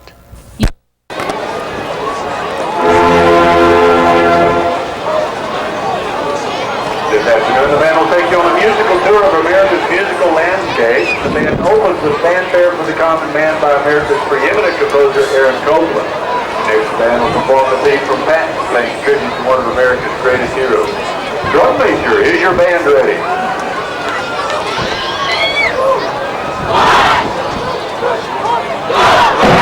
You may take the field for this evening's performance.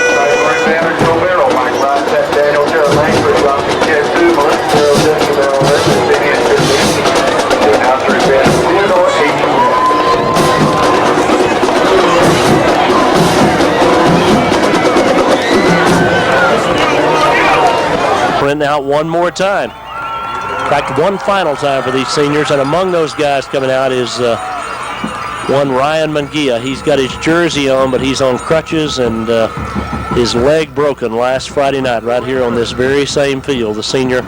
But what a job. You heard Coach Delosier in the pregame talk about what a great job he had done this week. I mean, out there at practice every day, working with Bridwell, helping him out. And that's a pretty classy deal, Coop. Well, it is for a fact. Like I said earlier, before the game started, that he is really a class kid off the field, and everywhere he gives good leadership and everything. And I thought maybe that might hurt us a little bit, and it still remains to be seen. But he does a great job. Well, and Bridwell has done a wonderful job in this first half. Again, you take this sophomore kid here playing in a crucial district game, starting for the first time, and he performed very well in that first half. 11 out of 18 throwing, no picks, a touchdown pass.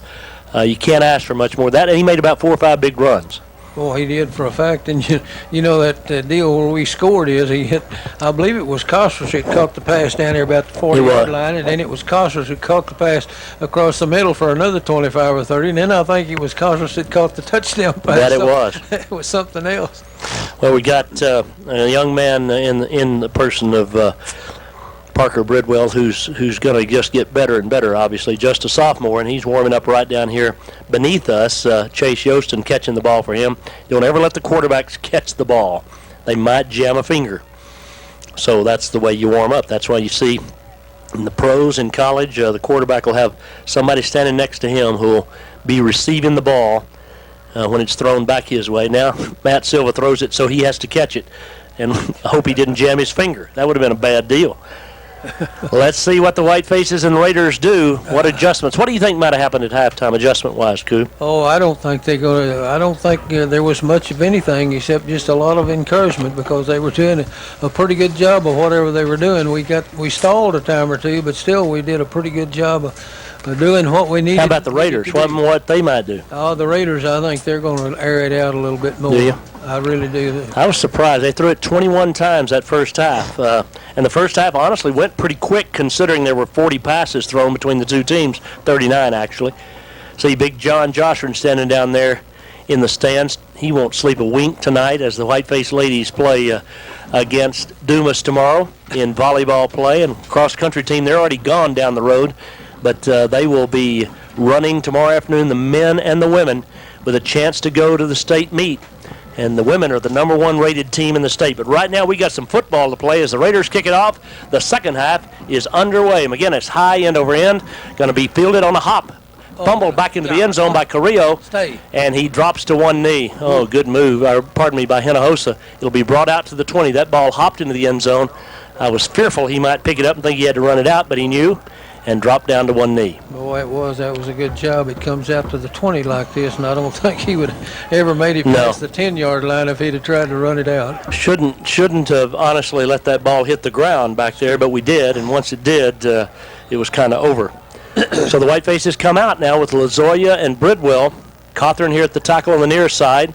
Next to him is Blakely. Beaver's the center. Enrique's the guard on the right side. First down shotgun. Going to toss it out here to JC. He's to the 25, and he is brought down about the 26-yard line, but about a 5-yard gain. Nearly got a face mask, the Raiders did, it looked like. Sykes on the tackle, and the Raiders have a player shaken up. That's Thomas Bonner. It'll be second down and 4. Well, he laid there for just a second, but then he got up pretty quick. But the pass was complete to Bonner to Casares out in the left flat, and he picked up 6 yards on the play. English, Garcia, Bonner, and Habert in the secondary for the Raiders. Second down and 4, Hereford just underway, third period. Hereford heading into the wind in this quarter, wide side right. 2 to the right, 2 to the left for the Whitefaces. Bridwell, handoff inside Lazoya. Hit immediately, drags the tackler forward a couple of steps, but Felton just rode him to the ground. Virtually no gain on the play. Make it 1, third down and 3. Huge play for both teams early third quarter. Yeah, it really is. He just picked up 1 yard on that particular play, maybe a yard and a half, but this is a big play, third down and 3. Whitefaces will have to punt into the wind if they don't get the 3 yards here. Did not punt the first half. Raiders punted only once. Jonathan Davis goes wide to the right side along with 2 other receivers, Casares and Silva. Single receiver split to the left. Third down and a long 3 for the Whitefaces. Bridwell takes the snap straight back. Looks, throws it out here for Big Brother. He goes up and makes the grab in traffic at the 47-yard line. What a catch by Hunter Bridwell, double covered, and he goes up and gets it. Well, he's pretty good size. He's about 6'2" or 3", and his brother kind of hung that ball up a little bit that time. That's usually not like Parker likes to throw the ball. He likes to hum it, but he laid that up a little bit, and his big brother jumped up in the air and caught it. Oh, he made a great catch. He was double covered, I'm telling you.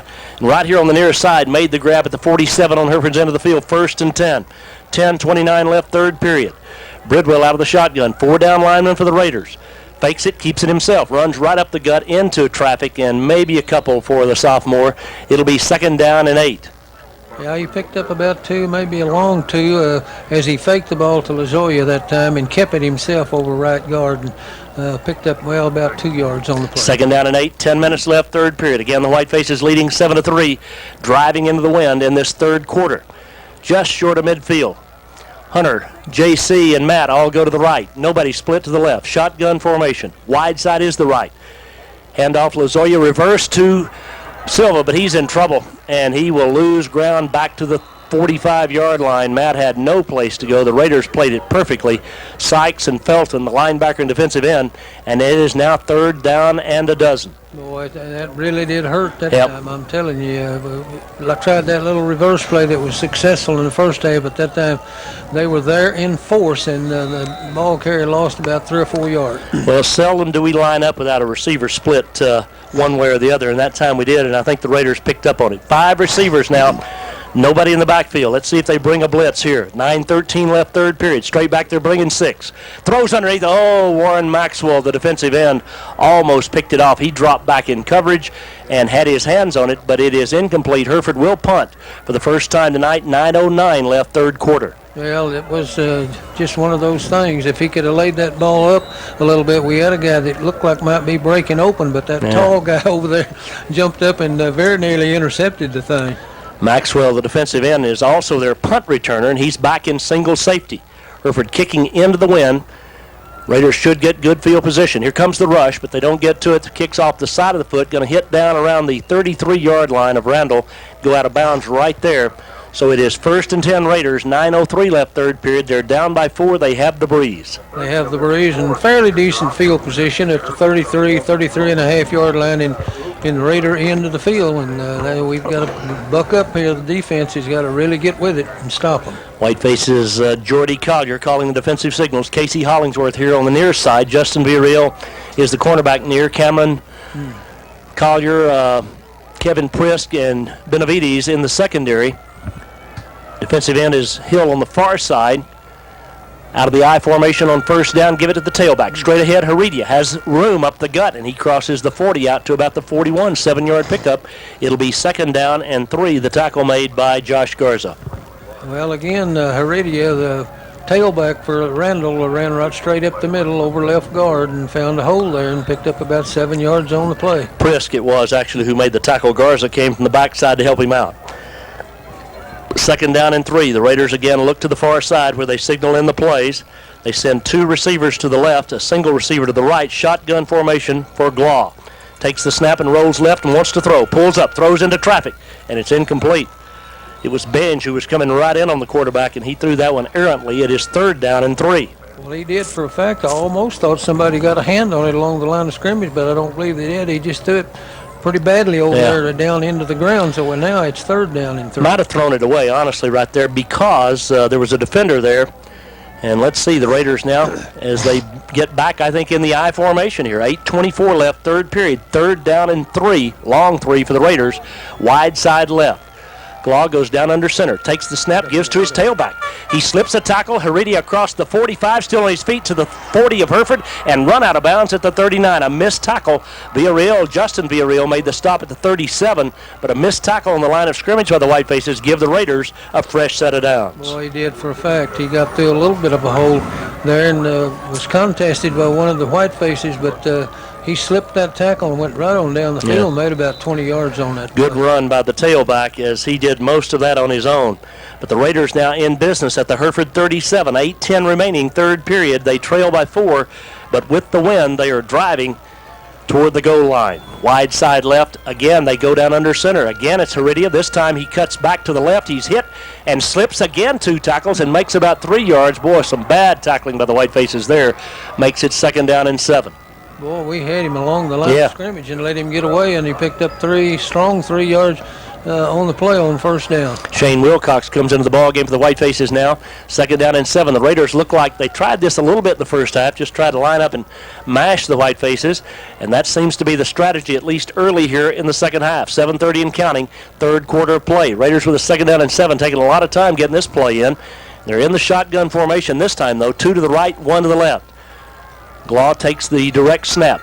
Hands off inside to his tailback. Again, he slips a tackle, but this time only a couple of yards. It'll be 3rd down and about 4. Good defense over on the right side by the Whitefaces, as Rivera was the first man there. Well, he had to change his route a little bit. He tried to run off tackle, couldn't go in, so he cut it outside, but still just picked up 2 yards. Boy, they were going fast. Rivera and Garza now 3rd down and 4. Low snap. Glaw again just going to throw it up for anybody, and it's nowhere near the mark.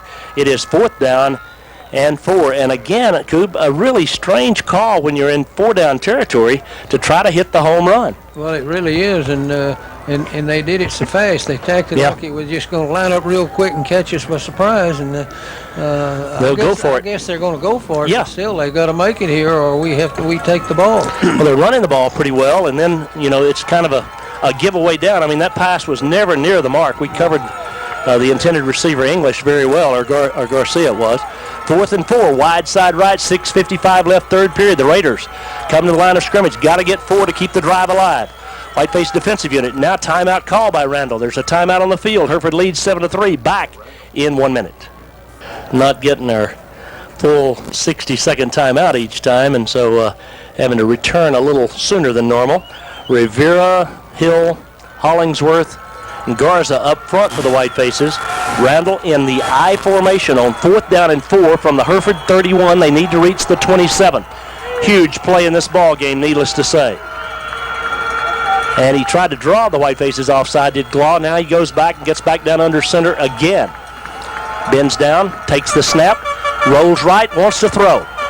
Throws underneath. Got a man there. The pass is complete, but he's got the 1st down to the 25. Great coverage by the Whitefaces. Kevin Prisk, but a nice grab by the Raiders, Felton, and it is 1st and 10. Wow, what a dangerous throw. Boy, it was. I mean, he was well covered. The guy made a great catch. He did. Just enough for the 1st down. So the Raiders keep the drive alive. 6:47 and counting, 3rd period. 1st and 10 from the Hereford 25-yard line, back in the I formation. Glaw bends down under center, takes the snap, gives to his tailback, straight ahead. Finds a little seam, but only a couple of yards, maybe 3. 2nd down, we'll call it 2nd down and 7. Good defense by the Whitefaces. That's Jordy Collier once again. It was a good job. They're not leaving any gaping holes in there right now. They're just picking up a couple of yards on that I formation power play over right tackle. 2nd down and 8, only 2 steps picked up. We are halfway through the 3rd period. Again, the Raiders have the wind in this quarter. And they have a 4-point deficit they're trying to erase right now. 2nd and 8, wide side left. Glaw out of the shotgun. Glaw throws underneath. Got a man there, but he throws it too quickly. Garcia never sees it. It's 3rd down and 8. Boy, I'm telling you, he is quick on several of his passes. And when he overthrows Garcia, he's 6'3" over there. He's throwing it pretty high. Here's another big play. Well, they're in 4-down territory, of course. Yep, 3rd down and 8. Whitefaces now deploy defensively. The Raiders look to the far side to get the play flashed in. Dudding comes back in at fullback. That generally means the Raiders get in the I formation. We are halfway through the 3rd period, and they are. Glaw is going to go down under center. Wide side left, 2 receivers left, 4 down linemen for the Whitefaces. Glaw rolls left. He wants to throw. He's looking. He throws long over the middle. Got a man there, overthrown. 4th down and 8. Boy, that was close. He was in the end zone. And yep. All he had to do was throw a pass a little bit lower, and he probably had a touchdown, but he overthrew him, and now they're bringing on their 45, be a 40-yard field goal attempt here. 40-yard field goal attempt for the Raiders. Wind at their back, 5:59 left, 3rd period. This would make it a 1-point ball game if McGinnis is good. It's actually a 41-yarder now. They'll put it down at the 31, add on the 10 of the end zone. They better be alert for something stupid here. Let's see if the Raiders would try anything. The holder is Garcia, the wide receiver. The snap is good. The kick is far enough. The kick is good. He hit it. 5:54 left third period. It's a 1-point ball game. We'll have Randall's kickoff in 1 minute. 4 seconds left third period. 7-6. The Whitefaces lead by 1. McGinnis has been good from 30 and now 41 yards as the Raiders kick it to the Whitefaces again. The wind at their back. Carrillo and Hinojosa, the 2 deep men for the Whitefaces. McGinnis approaches the football, hits it high end over end and sails it to Hinojosa, who fumbles the ball at the 5, picks it up there, now in traffic back to the 10, and Chris out to about the 13, but the Whitefaces in deep trouble here starting this series of downs, deep in their own territory, heading into the wind. Well, we're having trouble catching that ball cleanly. Even with the wind, it looked like he was in perfect position to catch it, but it popped out. Hit him right in the helmet. I'm telling you, went right through his hands and hit him right in the face. Helmet and bounced forward. He had to really get on it quick, but by that time, Randall was down there to knock him down about the 12-yard line.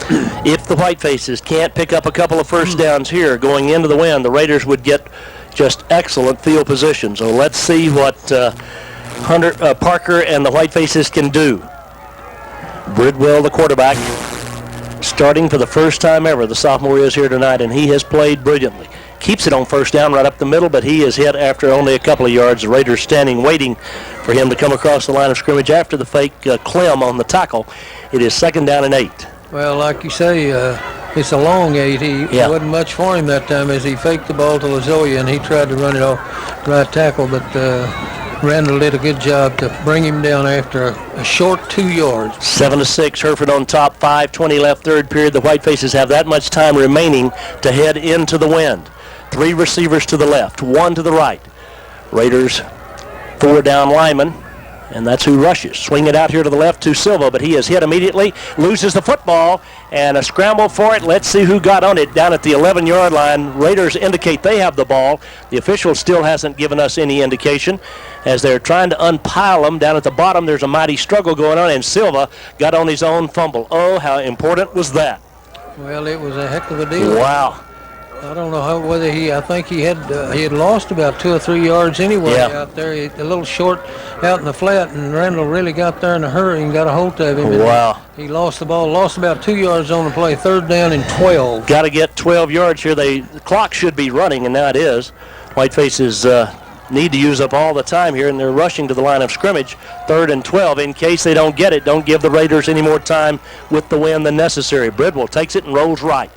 Gets some pressure. He's in trouble. He is hit. He is dropped back at the 6.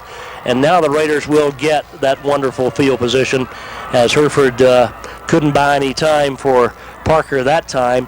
And the Raiders will get the football on Hereford's side, barring some kind of miraculous punt right here. Well, into that wind, there's no way they're going to get the ball in good field position. And they've just out-positioned us here on this deal. That's all there is to it. Well, it started with a fumble kickoff and then a couple of missed plays. Maxwell, the lone safety, stands at the 40 on Hereford's end of the field. Here is the kick by J.C. He hangs it in the wind. It hits at the 30. The wind just holds it right up. It rolls to the 32. So it winds up being about a 26-yard kick with no return. But the Raiders, a point down, 4:11 left in this quarter, have the football at Hereford's 32. Well, it kind of looks bleak here right now, I'll tell you for sure, because they got the wind to their back and they got the ball on the Hereford's 32 or 33-yard line, 1st and 10. Yep, just need a big play defensively, the Whitefaces do. But again, the Raiders trail 7-6, so there's a lot of football left to play, even if Hereford should fall behind here. But, boy, you'd like to come up with a big turnover right here. Glaw, the quarterback, 3 to the right, 1 to the left. Looks over the Whiteface defense. On 1st down, he's going to throw it. Looks over the middle, going to throw deep. Got a man out there, but the coverage is there. Pass is overthrown. And again, those home run passes, none have been near the mark. That's 3 out of the last 12 passes complete for the Raiders. That's true. He hadn't thrown well long at all. No. He is going into the wind and throws it a little shorter. He's going with the wind, and he's overthrowing it. So we've had good coverage, too. The Whiteface secondary has really been running stride for stride with the receivers. The Raiders now with a 2nd down and 10, 4:05 left third period, wide side right. The line of scrimmage is the 33 on Hereford's end of the field. Strong northerly breeze at the back of the Raiders. Snap, handout, nope. Quarterback keeps it, Glaw, right up the middle, and he gets about 4 or 5 yards. It'll be 3rd down and 5, down to the Hereford 28-yard line. Well, I'd rather he'd run that ball anytime. He don't seem like he's got great speed. They sent that man in motion like people do a lot of times. And as he passed the quarterback faked to him, and then he kept the ball over right tackle and picked up about 5 yards on the play. Benj got a piece of the tackle, as did Jordy Collier, and it's 3rd down and 5, 3:35. And the Raiders certainly close enough to try another field goal if they don't come up with the yardage here. They go back to the I formation. Heredia as the deep back, Dudding as the fullback. They give it to the deep back. He is hit in the backfield, and he will be dropped for a loss back to the 32, the original line of scrimmage. And the white-faced defensive unit, that is Hollingsworth, among others, on the stop. And it is 4th down and 10. What a stand by the white-faces. Boy, it really was. I mean, that was a heck of a job. They may want to try for a field goal, but it'll be a long one. But with the wind, he's probably got a strong enough leg to do it. Here he comes. Nope. They're not. They're going to go for, they're bringing in the shotgun formation now, the Raiders are. 4th down and 10 from the 33 of Hereford. The Raiders to the line of scrimmage send 3 receivers to the right and 1 to the left. Glaw straight back now, rolls right, wants to throw, heads up the field. Glaw's going to be hit and dropped well short of the first down. The Whitefaces take over on downs. What a stand. That's the stand of the night put on by the Whitefaces right there. Boy, that was really a great job and really a poor choice by the quarterback, being 4th down, and he could see he wasn't going to be able to make the first down. I can't believe he didn't fire it somewhere downfield. It wouldn't have made any difference if he'd got it intercepted. It would have been downfield somewhere. 2:41 left, 3rd period, and the Whitefaces, after giving the Raiders the ball at the 33, hold them at the 30. They gained 3 yards in 4 plays. Boy, that was nice. Well, let's see what Bridwell and the Whitefaces can do. 7-6 Hereford, 2:41 left, 3rd period. Again, the Whitefaces into the wind in this quarter. Bridwell takes the snap, pump fake. Going to throw it long. Nope, going to take off with it. He's to the 35, gets a block at the 35, and out to the 39-yard line, about a yard short of the first down. Now a fumble at the end of this play, and Randall has it.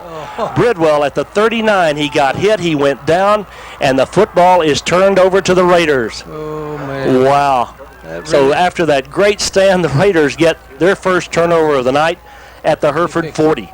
And Bridwell did a good job of running the ball out there. He had a first down, I think, or maybe like just a little bit, about half a yard. But when he got hit there, he fumbled the ball, and the Raiders picked it off. 2:30 remaining, 3rd period, so the Raiders right back in business after that great stand. Let's see what the white-faced defenders can do here. Raiders come out, and Heredia is the deep back. Felton the tight end. Shotgun formation. Glaw the quarterback. 7-6 Hereford, 2.5 minutes left, 3rd quarter. Here comes the blitz. Hands off to Heredia. Up the middle, he gets a couple, but Hollingsworth is hanging on for dear life along with Rivera. It'll be 2nd down and 8. Well, that's a good job of those two guys. Anytime you can hold them for a couple of yards. They were handed off out of the shotgun to Rivera, and he picked up only about 2 yards. Heredia on the carry that time, Rivera on the tackle. 2nd down and 8, 2:09 left, 3rd period. Again, the Raiders have the wind, but only for 2 more minutes. 7-6, Hereford with a 1-point lead. The Raiders trying to capitalize on the whiteface turnover. Wide side left, Glaw out of the shotgun. Fakes it inside, wants to throw, pulls up, throws long over the middle. Got a man there, pass is in the air and caught on the ricochet. Wow. My goodness, that was just sheer luck there for the Raiders. The ball could have been intercepted. It bounced in the air and came back to the intended receiver, and he's out of bounds at the Hereford 21. That's the break of the night. Now, it really was. Now, that was just sheer luck there. The ball just popped up in the air over there as we got a hand on it, and the Raiders boy was right there. English made a great play, mind you, but it was very, very fortunate that he caught the football because he dropped the ball. It hit off his shoulder pad, went up in the air. The Whitefaces tipped it up, and then he caught it in, pulled it in. From the Hereford 22, 1st and 10. Glaw wants to throw. Going to throw long again and overthrown. It'll be 2nd down and 10. 1:44 remains, 3rd quarter.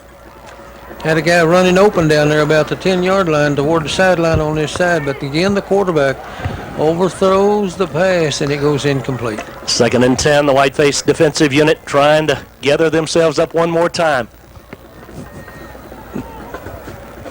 Whitefaces come to the line, or the Raiders come to the line of scrimmage. 2 receivers to the left. Glaw gives to his tailback.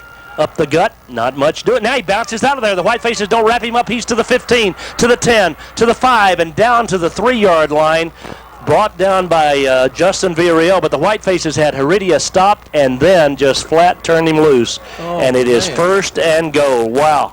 Boy, Oh, I cannot believe that. I mean, I thought he was down on the ground. Well, he wasn't. All of a sudden, he was running around the right end there and almost got into the end zone. Got it down to the 3-yard line. We just lost the football, plain and simple, and there's what happened as he went into that pile and somehow bounced out of there. Great run by him, but again, some not so sharp tackling by the Whitefaces. Power I, 1st and goal. Heredia up the middle, and he gets a couple.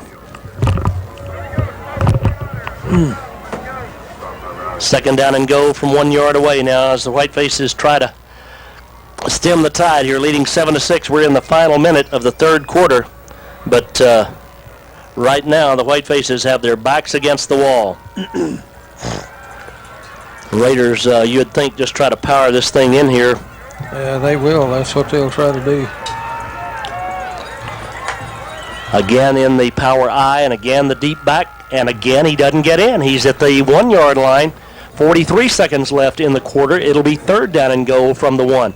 Tell you what's kind of also a factor here now. These are seconds that they have the wind at their back that are expiring here. So that's a good thing, even if they get into the end zone. Well, it is for a fact, no doubt about it. It's going to be hard to keep them out because they're at the lip of the goal line down there. But kept them out the last couple of times, so maybe we can. 3rd down and goal from about a yard away. Down to the final 15 seconds of the 3rd quarter. Hereford with a 1-point lead, but the Raiders just a yard away from taking the lead. The tailback again, hit in the backfield, back to the 5. And the Raiders will have it 4th and goal from the 5 as the white-faced defenders have risen up. The quarter expires. It's 7-6 Hereford as we go to the final 12 minutes in 1 minute.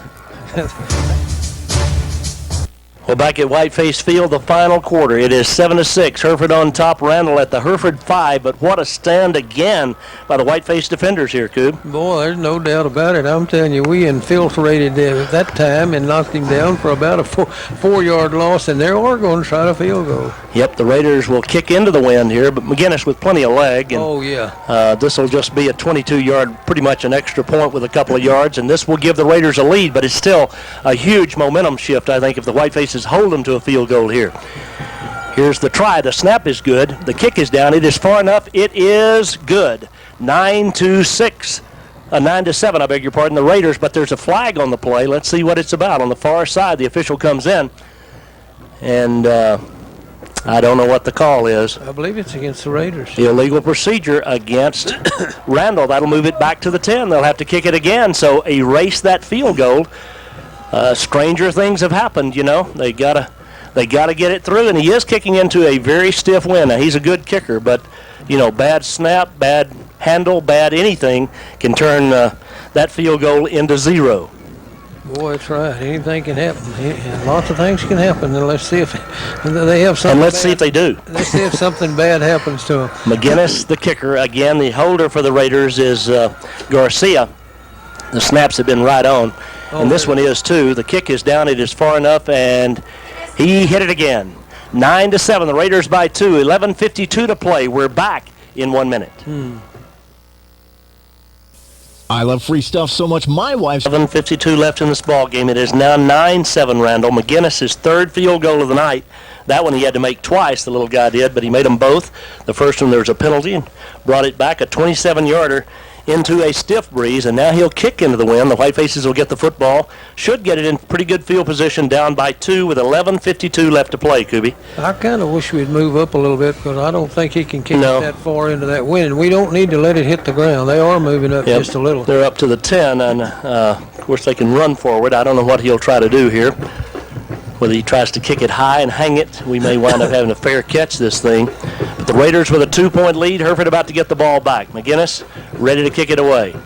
The little guy hits it high and short. That's what I thought he might do. It's fielded by Benj at the 25, back to the 30, and Chris out to about the 33-yard line. Got all out of it he could.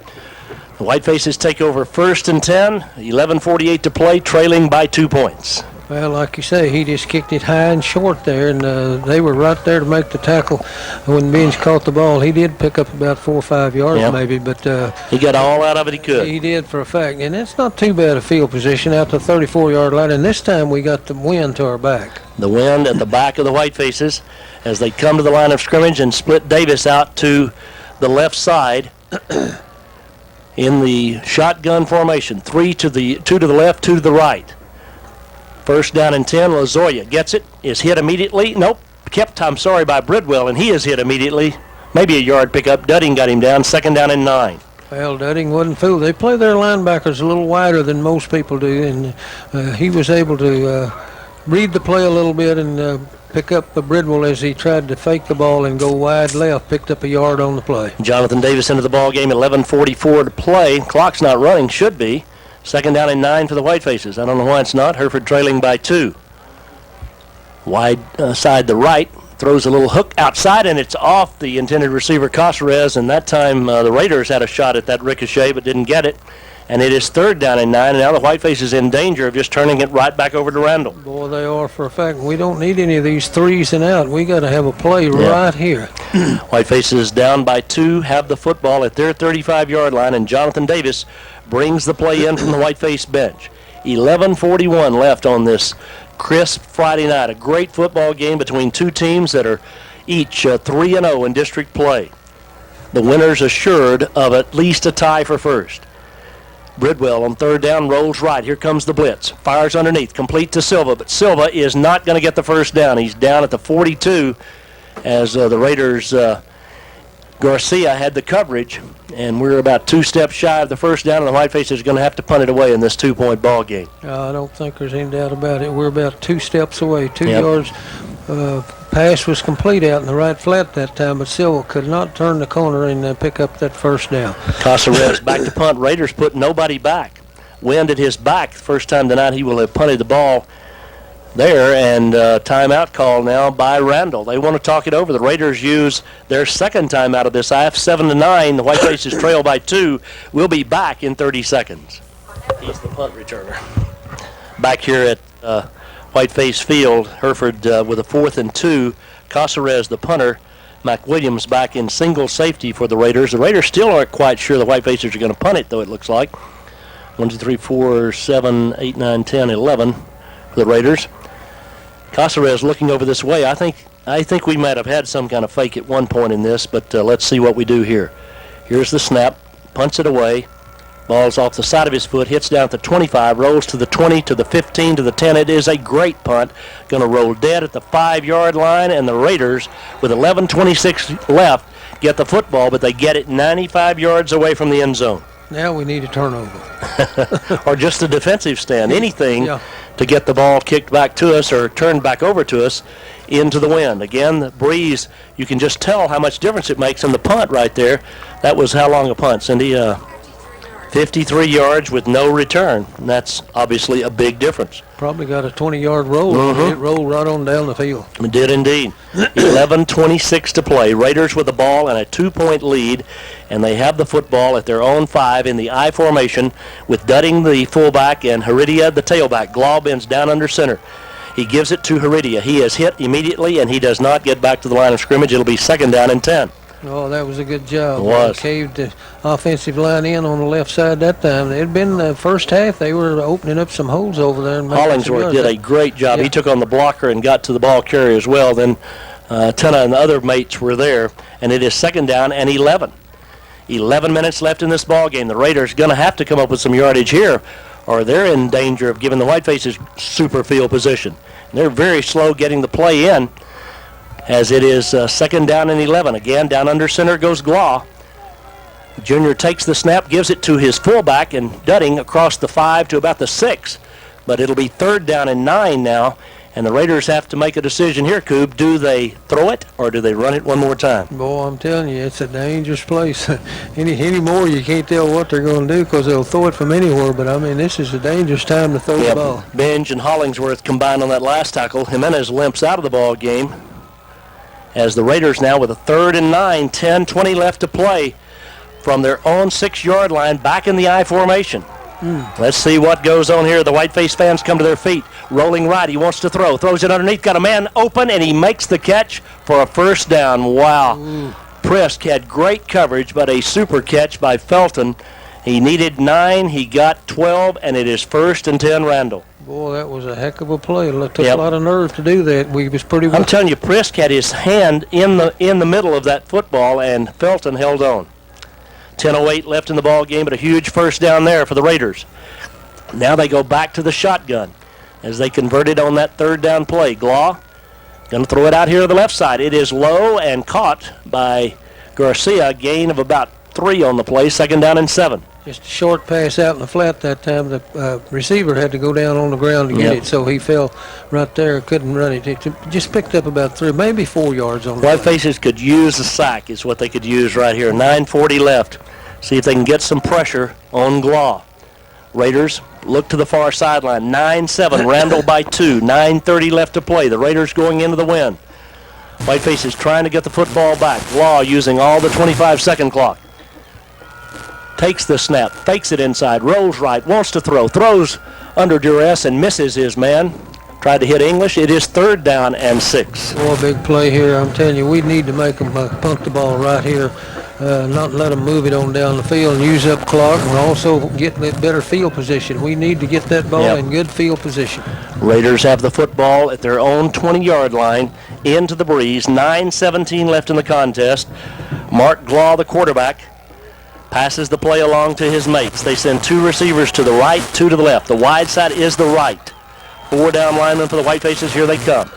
Back to throw. Screen pass tipped, but complete to Heredia and dropped immediately by the White Faces' Nathan Galvan, and it is a loss of 2. 4th down and 8. Great play. Boy, it was. I mean, Galvan was right there. They faked the ball and then hit that little screen pass over in the right flat, and I'm telling you, Galvan was there to knock him down for a 2-yard loss. And Hollingsworth tipped the pass. I mean, the Raiders were actually fortunate to get the ball to the receiver, but it was a 2-yard loss. 8:49 left. Hereford with twin safeties, and the Raiders punting into a stiff breeze. Kuby wants them to move up. Here's the snap. The kick is high. It is short. It hits at midfield. Hereford backs away from it. It's going to roll dead back down the field to the 48 of Randall. 8:34 left. Hereford gets it 48 yards away from the end zone, trailing by 2. Boy, I'm telling you, what a ball game this has been. Kind of a defensive struggle here in this ball game was one you wouldn't think would happen, but it's 9-7 Randall here, and Hereford's got the ball in good field position. We just need to move it. Ryan Mungia in the midst of that offensive huddle down there, exhorting his mates on. From the 48 of Randall, 9-7 the Raiders. The White Faces with a football. 8:34 left to play. The wind at Hereford's back. 2 to the right, 2 to the left. Bridwell calls them down at the line. Wide side is the left. Takes the snap straight back. 4-man rush. He's got time. Now pulls it down. Now going to run with it. Gets across the 45 and down to about the 44 goes Parker. About a 3-yard pickup. 2nd down and 7. Boy, I'm telling you, it closed in a hurry after he got through that initial line of scrimmage, but he did pick up about 4 strong yards on that particular play. It's better than throwing it wild down there and maybe getting it intercepted. Well, and he looked as long as he could to throw it, and then there was just no place to go. 2nd down, a long 6, a short 7 for the White Faces. 8 minutes left in this football game. 9-7 Randall. Shotgun formation. Straight back is Bridwell. 4-man rush. Fires it out here. Nope, incomplete. Almost caught by Hunter, and then almost intercepted by McWilliams. 3rd down and 6. Well, he come across there, McWilliams did, and hit Bridwell about the time the ball got there, and the ball kind of popped out. That was a good job by McWilliams. 3rd down and 6 for the White Faces. 7:54 to play. Got to pick up the 6 yards here or turn it back over. Can't take a chance, I don't think, down by 2. 2 to the right, 3 to the left. Shotgun formation, 4 down linemen for the Raiders, and that's all they bring. He's got time, looks, pumps, and throws it behind his intended receiver. Tried to hit Silva, but it was wide of the mark. White Faces want to go for it here, but the punting unit comes back out. The White Face offense wants to go for it. Well, we just need to punt it away because that's too much to ask for, 6 or 7 yard gain there. So maybe we can pin them again deep down against the goal line. Hope so. 7:51 left, 9-7 Randall leads. And again, Caceres back to punt. McWilliams back in single safety, and now the Raiders don't have anyone back. Snaps high. He controls it, hits it.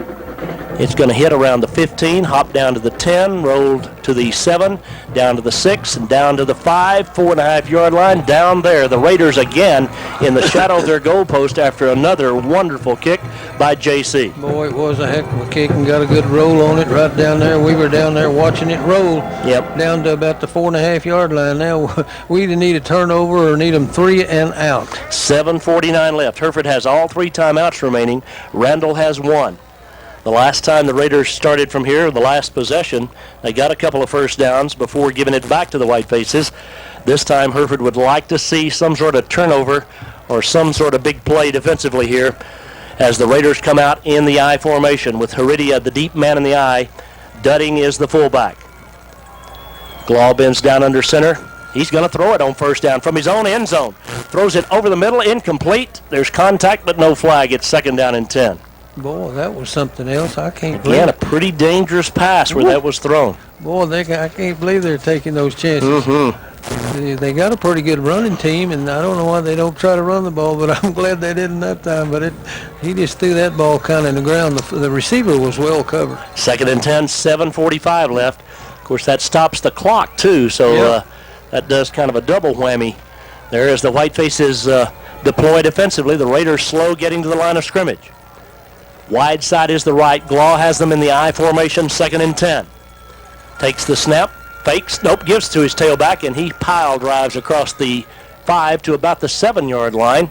But good defense again by the Whitefaces up the middle. Hollingsworth and Tenna. Collier. It is 3rd down and 7. 3rd down and a long 7 here, or they're going to have to give the ball up down here on their own end of the field. Whitefaces got to look for the throw here. I don't think the Raiders can pick it up on the ground. Obviously they can, but you'd think they'd go up top. 7:19 left and running. 25 seconds. Excuse me, Coop. I look when they run that sprint out pass. They've had a lot of success with it over there. And 25-second clock is down to 7, so they've got to hurry. Well, they're not. In motion goes the wide out, but it's kept by Glaw, and he is hit and dropped short of the first down. It'll be 4th down and 3. 4th down and 4, close. 3, we'll call it. The Raiders send the punting unit back in. 6:52 to play.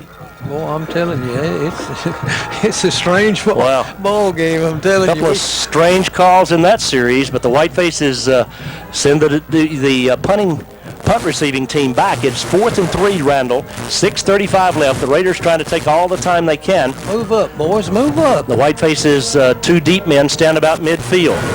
The snap is good. The kick is a low one. It's going to hit out at the 35. It's going to bounce to the 40. It's picked up and fumbled and then fallen on by the Whitefaces. Oh, my goodness. Collier, Cameron had it go off his fingertips, and he got on it at the 38 of Randall. 1st and 10, Hereford. 6:21 left to play. Great field position again. It really is. But, boy, I'm telling you, our guys need to realize that he's kicking against that wind, and we need to be up there a little bit farther. We were about 50 yards deep back there, but we got it in great field position right now. The Whiteface offensive unit comes out. Silva and Davis go to the left side. Bridwell and Caceres go to the right side. Lozoya stands beside Bridwell in the backfield. Wide side is the left. 9-7 Randall. 6:21 to play. Out of the shotgun formation. Long signal count. Bridwell takes the snap. Gives to Lozoya right up the middle. And Nathan gets about 3. 2nd down and 7. Well, it looked like the offensive line got a pretty good push that time. There wasn't any hole for him to run in, but it looked like they just pushed him backward a little bit, and he picked up about 3, Lozoya did. Eric Martinez, as Chase Yostin brings the play in, exactly 6 minutes left. Hereford trails by 2, has it 2nd down and 7 from the Randall 34. Shotgun formation, wide side left. 2 to the right, 2 to the left, straight back. Bridwell throws underneath, complete to Hunter. He is hit and dropped by McWilliams after a gain to the 29. It is 3rd down and 3. Well, we're in 4 down territory, so we probably need to try to run the ball here. I don't know. It's a short 3 if it's 3 over there where they got the yard marker. It is indeed, probably closer to 2 as Kuby points it out.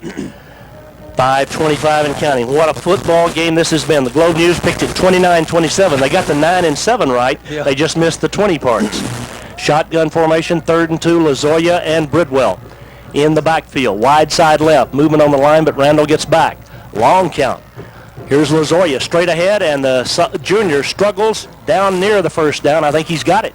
At about the 27-yard line, 1st and 10, Hereford. Boy, that was a good job that time. We needed 2 yards, and he looked like he may have got about 2 and a half. Yeah, he got more than enough. It's down to the 27. Yeah. Official's going to look at it over there, but there's no reason to measure this. It's 1st down, he signals.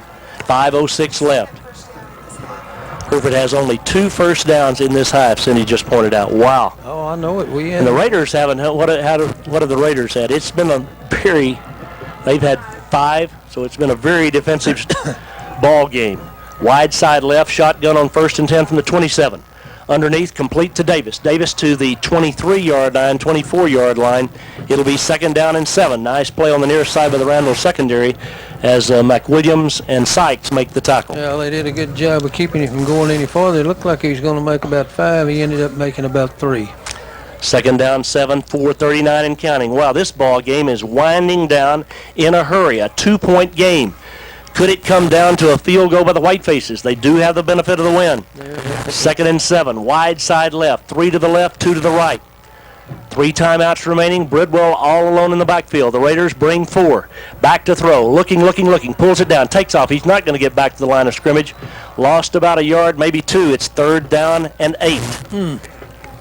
Boy, that hurts when you don't make any yards at all. If he could just made a yard or 2, we'd have a little better chance. But now then, at 3rd and 8, that gets out there pretty good. 4 minutes left in this ball game. I mean, it is just dwindling away in a hurry. Into the ball game for the Whitefaces comes Jonathan Davis. Obviously a throwing situation. I think obviously a 2-down situation. This would be a 42-yard field goal. Even with the win, we haven't done that. Wide side left, Bridwell. Let's see if the Raiders bring some pressure here. They do. All-out blitz. Bridwell throws to Caceres. Had to throw it before he came out of the break, and Bridwell was hit, and he is down back at the 38-yard line. Gets to his feet now. 4th down and 8. Parker's okay, I think, but boy, he took a pretty good lick after he cut loose that football. The blitz got to him, and he did all he could. Well, he did for a fact. It'd been good for that referee to call illegally hitting the quarterback. He got drilled pretty good by Willard as he let it go. Hereford wants a timeout. 3:39 left. 9-7 Randall. It'll be 4th and 8 Hereford when we come back in 30 seconds. XIT Communicate. Offensive teams have come up here and played defense tonight. Randall and Hereford 9-7.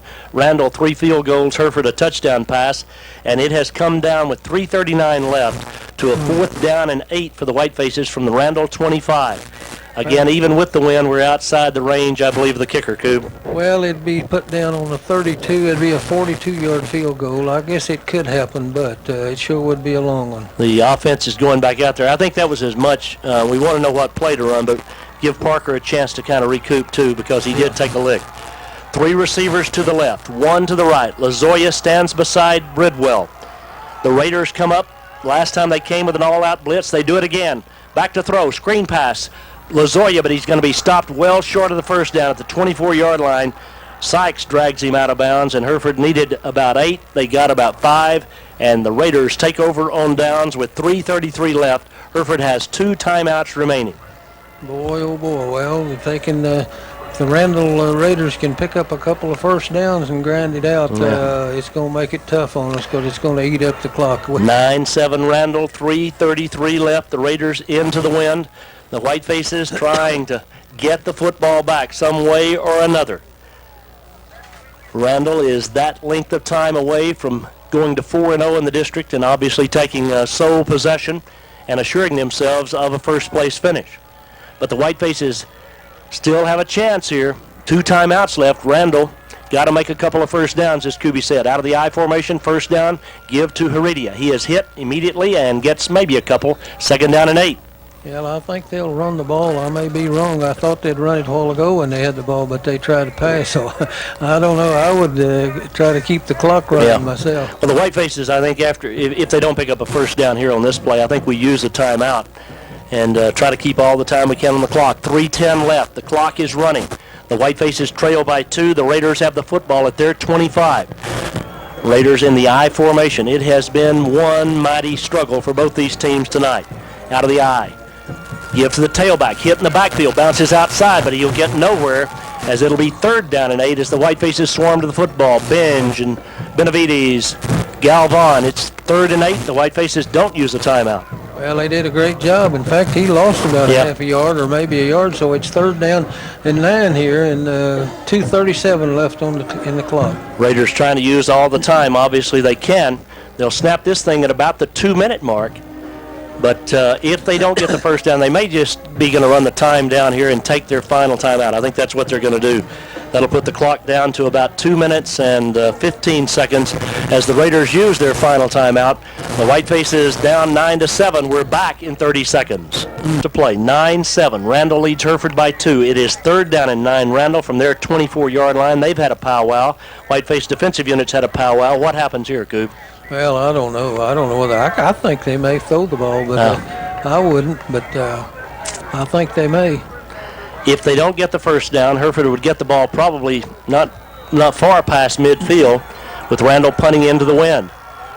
In the shotgun formation now. Well, they bring the wing back in motion, but Glaw's going to keep it, and he's hit and dropped immediately. A yard gain, but a great play by the Whitefaces. Josh Garza, and Hereford will use the timeout. 2:05 left, and the Raiders will have to give it back. So, again, the Raiders trying to trick the Whitefaces, but not doing a very good job of it, and it's 4th and 7 as Hereford uses their second timeout.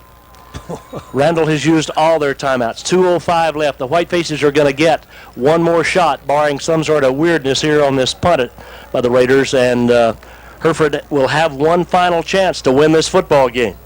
Well, when we get the ball here, we're going to have to take a chance a little bit and throw the ball downfield. We've thrown it out in the flat here. Hadn't netted too many yards for us. So Randall is covering that thing quick. They come up quick and cover. And so we're going to have to throw it downfield like we did again with Caceres when we made the touchdown. Let's see how deep we get this time. We're a little shallower than we were up near midfield. The two receivers, Silva and Collier, are. 2:05 left, 9-7 Randall. Randall punts into the breeze on 4th down and 8. Good snap, no rush. Kick is a low line drive.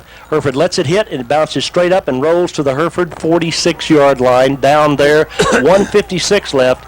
That's how much time Hereford's got to get a field goal or more and win this football game. And we have one timeout left? We do. Okay. We have one remaining. Okay, we got the ball on our own 46-yard line with one timeout left, the wind behind us. A nervous Terry Russell stands in the room next to us. Coob is shaking in his boots here. The Whitefaces have 54 yards for a touchdown, and of course you get close enough to kick a field goal, you can win it with a field goal. Well, in case of emergency, we could try a pretty long one. You don't have much to lose now because this is our last possession, I'm sure. Whitefaces have to hustle out. We were a little slow getting out there. The 25-second clock is down to 9, but we're there in plenty of time. First down, Bridwell rolls right. He wants to throw. Has some time. Looks. Fires it on the run. Complete. Nope. Dropped by Yostin. Yostin had it, and it got away. 2nd down and 10. Boy, it would have been close to a first down. Yep. About a 10-yarder wide open. Yostin just flat dropped the ball. I don't know whether he tried to run with it before he caught it or what, but he dropped the ball. 2nd down and 10, a minute 50 left to play. The Whitefaces line of scrimmage is the 46 on their end of the field. Both teams' defensive units have dominated this second half. The only thing we've got to show for it, 2 Randall field goals. Jonathan Davis brings the play in, and again, we're late getting it in there, and that made us hurry on that last play, and it'll make us hurry again here. Davis to the right, to the left, 3 receivers to the right. Out of the shotgun on 2nd and 10. Straight back, 4-man rush. Got time, looks, throws as he's hit. Throws for Silva, it's overthrown and almost picked off by English as he was well covered. Bridwell threw it down the middle that time, and late down the middle is kind of dangerous sometimes. 3rd and 10. Well, it is. We seem to have too many receivers right there in the wad in the place. It's too crowded. Randall had 3, and we had 3 right in the wad. Tanner Garcia got his hand on that football, but couldn't hang on. 3rd and 10. Obviously, it's 4 down time for the Whitefaces with a minute 44 left. And again, the play comes in. It's Chase Yostin passing the play along to Bridwell. Parker, the sophomore, sends Yostin and Silva to the right, Caceres to the left, along with Hunter Bridwell. Wide side right. Straight back, 4-man rush. Has time, now it breaks down, steps up, in trouble, hit, dropped, and he'll not get back to the line of scrimmage. It is 4th down and 11. Clock running with a minute 35 left. Hereford's going to take a timeout. Timeout, Hereford trailing 9-7. It's down to perhaps a final play. We're back in 30 seconds. But to this play, the Whitefaces must pick up 11 yards or this ball game is over. A minute 32 left. We have no timeouts left. So if Randall gets it back, they can simply kneel and run out the clock. Bridwell and his mates come back out. 3 receivers to the right, 1 to the left. Shotgun formation. 4 down linemen for the Raiders. Bridwell, long count, rolls right, wants to throw. under pressure, throws it, tipped in the air, and intercepted by the Raiders on the ricochet, but it mattered not. It was 4th down, and the Whitefaces come up empty, and the Raiders now can run out the clock and win this football game. 1:27 left to play as the pass was picked off by Tyler Willard, but it really didn't matter. As I said, it was 4th down, and we had to get the first down and didn't, as the ball was batted in the air by one of the up men for the Raiders. I don't know who it was. I think it might have been, well, I'm not sure, but be that as it may, the Raiders have gotten themselves their 4th win of the district season, and it hadn't come in the high-scoring fashion that you might have thought here tonight, but it has come via the leg of one Mr. McGinnis, who kicked 3 field goals. With 1:27 left, all the Raiders have to do is just kneel and let the clock run. Hereford has no timeouts, and Glaw does that, and the clock starts in motion. And with 1:23 left, it'll be 2nd down. He lost about 2, but again, none of that matters. The clock will be down to, let's see what, it's marked ready for play at 1:10. And so they can run it down to about 45 seconds. And then snap it one more time, and that'll be all she wrote. The Whitefaces are going to lose this one, Coop. It has been a great football game, and we've had our chances, but just not quite enough. Well, it really wasn't. We just didn't move the ball very well here in the second half. We only made about 3 or 4 first downs. Law kneels again, this time back at the 37, but that just causes some more time to run off the clock. Good move on his part, and we're down to 35 seconds. They'll mark it ready for play this time at the 33-second mark, so they'll have to snap it one more time, but then the clock will expire, and the Whitefaces' fate has been sealed. Unless the Raiders fumble this snap, this football game is history, and the Raiders have the win. Hereford going to Dumas next week, and what a game that will be.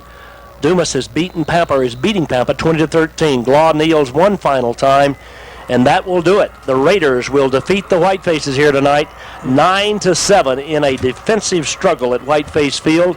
And it's the Raider fans across the way who celebrate. The Whitefaces and Raiders go to midfield to meet. It was a good, clean football game, a hard-fought football game, and a game that, the two teams' records coming in here, Coob, it proved to be what it was billed to be. Well, it really did. It was a really good defensive, good football game both ways. And like you say, a good clean game. But in the second half, we just didn't move the ball very well at all. We only made about, how many, about 4 or 5 first downs? I'm not sure we made that many, but the Whitefaces come up short 9-7 as the two teams meet out at midfield. And again, Ryan Munguia on those crutches. Good performance tonight by Bridwell. Honestly, in the second half, we didn't give him much time to throw, and the Raiders did a great job of covering in that second half of play. So let's take a 60-second timeout. We'll be back to look at some of the numbers, talk about tonight, and what next week might bring when we come back in 1 minute. As the school song, the Randall Raiders, is played across the way. The Raiders happy in victory, 9-7 over the Whitefaces, as the Whiteface players for their final home game wind up on the short end of that 9-7 score. And again, 2 high-octane offenses, both limiting the other tonight. Randall with 252 yards, Hereford with 233 yards. So obviously it was the defense that prevailed for these two teams here tonight. The Whitefaces, 13 first downs, Randall 15. 75 yards rushing for Hereford, 141 for Randall, 158 passing for Hereford, 111 for Randall. As I said, 233 Hereford, 252 Randall. Bridwell was 18 out of 31, 1 intercept, but that was the last play of the game, so that really wasn't a factor. Randall 19 out of 34, 1 intercept for Glaw. Both quarterbacks very similar numbers. Bridwell with about 50 yards more in passing yardage. 4 for 30 in punts for the Whitefaces, 4 for 32 for Randall. Each team lost a fumble. 330 penalties for Hereford, 330 for Randall. Neither team was penalized in the second half. Hereford 5 out of 14 on third down, Randall 6 out of 19. And the Whitefaces 0 for 2 on fourth down. Randall was 2 out of 4. The only scoring of the night for Randall, 3 field goals by McGinnis, 30 yards, 40 yards, 27 yards. Sandwiched between all that, an 8-yard touchdown pass from Bridwell to Caceres. And 9-7, Randall wins it by the margin of that last field goal and goes to 4-0 in district play. Hereford 3-1. Whitefaces Lozoya 10 for 32 yards, Bridwell 14 for 34 for For Randall, their leading rusher was Heredia, 20 for 82 yards. Gibson had 10 for 38. So the bottom line is the Raiders prevail here tonight as they do a good job of shutting Hereford down in the second half and holding the Whitefaces scoreless. The Whitefaces held them to 2 touchdowns, to 2 field goals, but it was not enough. Or it was not enough for the Whitefaces. It was enough for the Raiders, as this ball game was really a good football game, Kubi. Well, it really was. Like you say, it surprises all of us again by the low scoring and everything, but the defenses stepped up, and it was a pretty cool night, wind blowing out of the north, and it was a tough loss for the Whitefaces, but they battled all the way in there, and they just couldn't get anything going in the second half offensively. But now it makes it very critical next week. Although if Dumas wins over Pampa, Hereford is assured of a playoff berth. We're no worse than third. It's 20-13, the last score. We don't know if that's the final score, but that's the last score posted on our board here. So if that is the final, then Dumas and Hereford will both be tied at 3-1 and will play for second place next Friday night in Dumas. Everyone else is eliminated if that is the final. Well, here tonight, Coob, again, the shocking part of it, I think, is the fact that neither team's offense could really get going, and the wind did limit what we could do, either club going into the breeze. It was just pretty difficult to do, and it certainly controlled field position with the punts into the wind, just not able to go more than 20, 25 yards. Well, there's no doubt about that. It did play a difference when you're going into that wind, but like we say, it was a good football game, and Hereford, like you say again, is it's 20-13 Dumas over Pampa right now, and if they do win, you're right. We're in the playoffs, and Dumas is in the playoff, and of course Randall will be the district champs. Randall would be the large school, and Hereford and Dumas will be the 2 smaller schools, and so who's first or second, that'll depend on who you play down the other district. That's right. Well, here tonight, just too much Randall defense when all is said and done. Randall played without Blake Bonner, Hereford playing without Ryan Mungia. But the difference in the ball game is a field goal kicker. The smallest guy on the field, Brad McGinnis, but small in stature, large in leg, the 5'6", 155-pounder, and I do think the 5'6" is stretching it. I think the 155 is stretching it. probably is as well, but he has a strong leg, and he made 3 field goals. The Whitefaces missed a field goal, you'll recall, early in the ball game. Who knows what difference that might or might not have made, but we did miss one and then never got in position to try another one, try to win the football game. But everybody coming here tonight, and there was a great crowd, had to be entertained. I'm sorry we wound up on the short end of this thing, but I'm thankful that we are in the playoffs if that is indeed the case. And we won't have another score on that. You can watch the scoreboard shows here later tonight, and I'll tell you, if Dumas wins, we're in. That's the bottom line.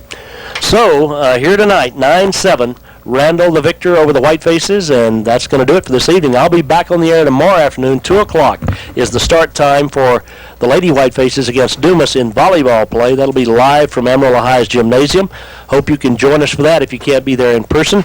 And we want to wish the cross-country team well tomorrow. Both teams running down in Lubbock with a chance to go to the state meet in Austin.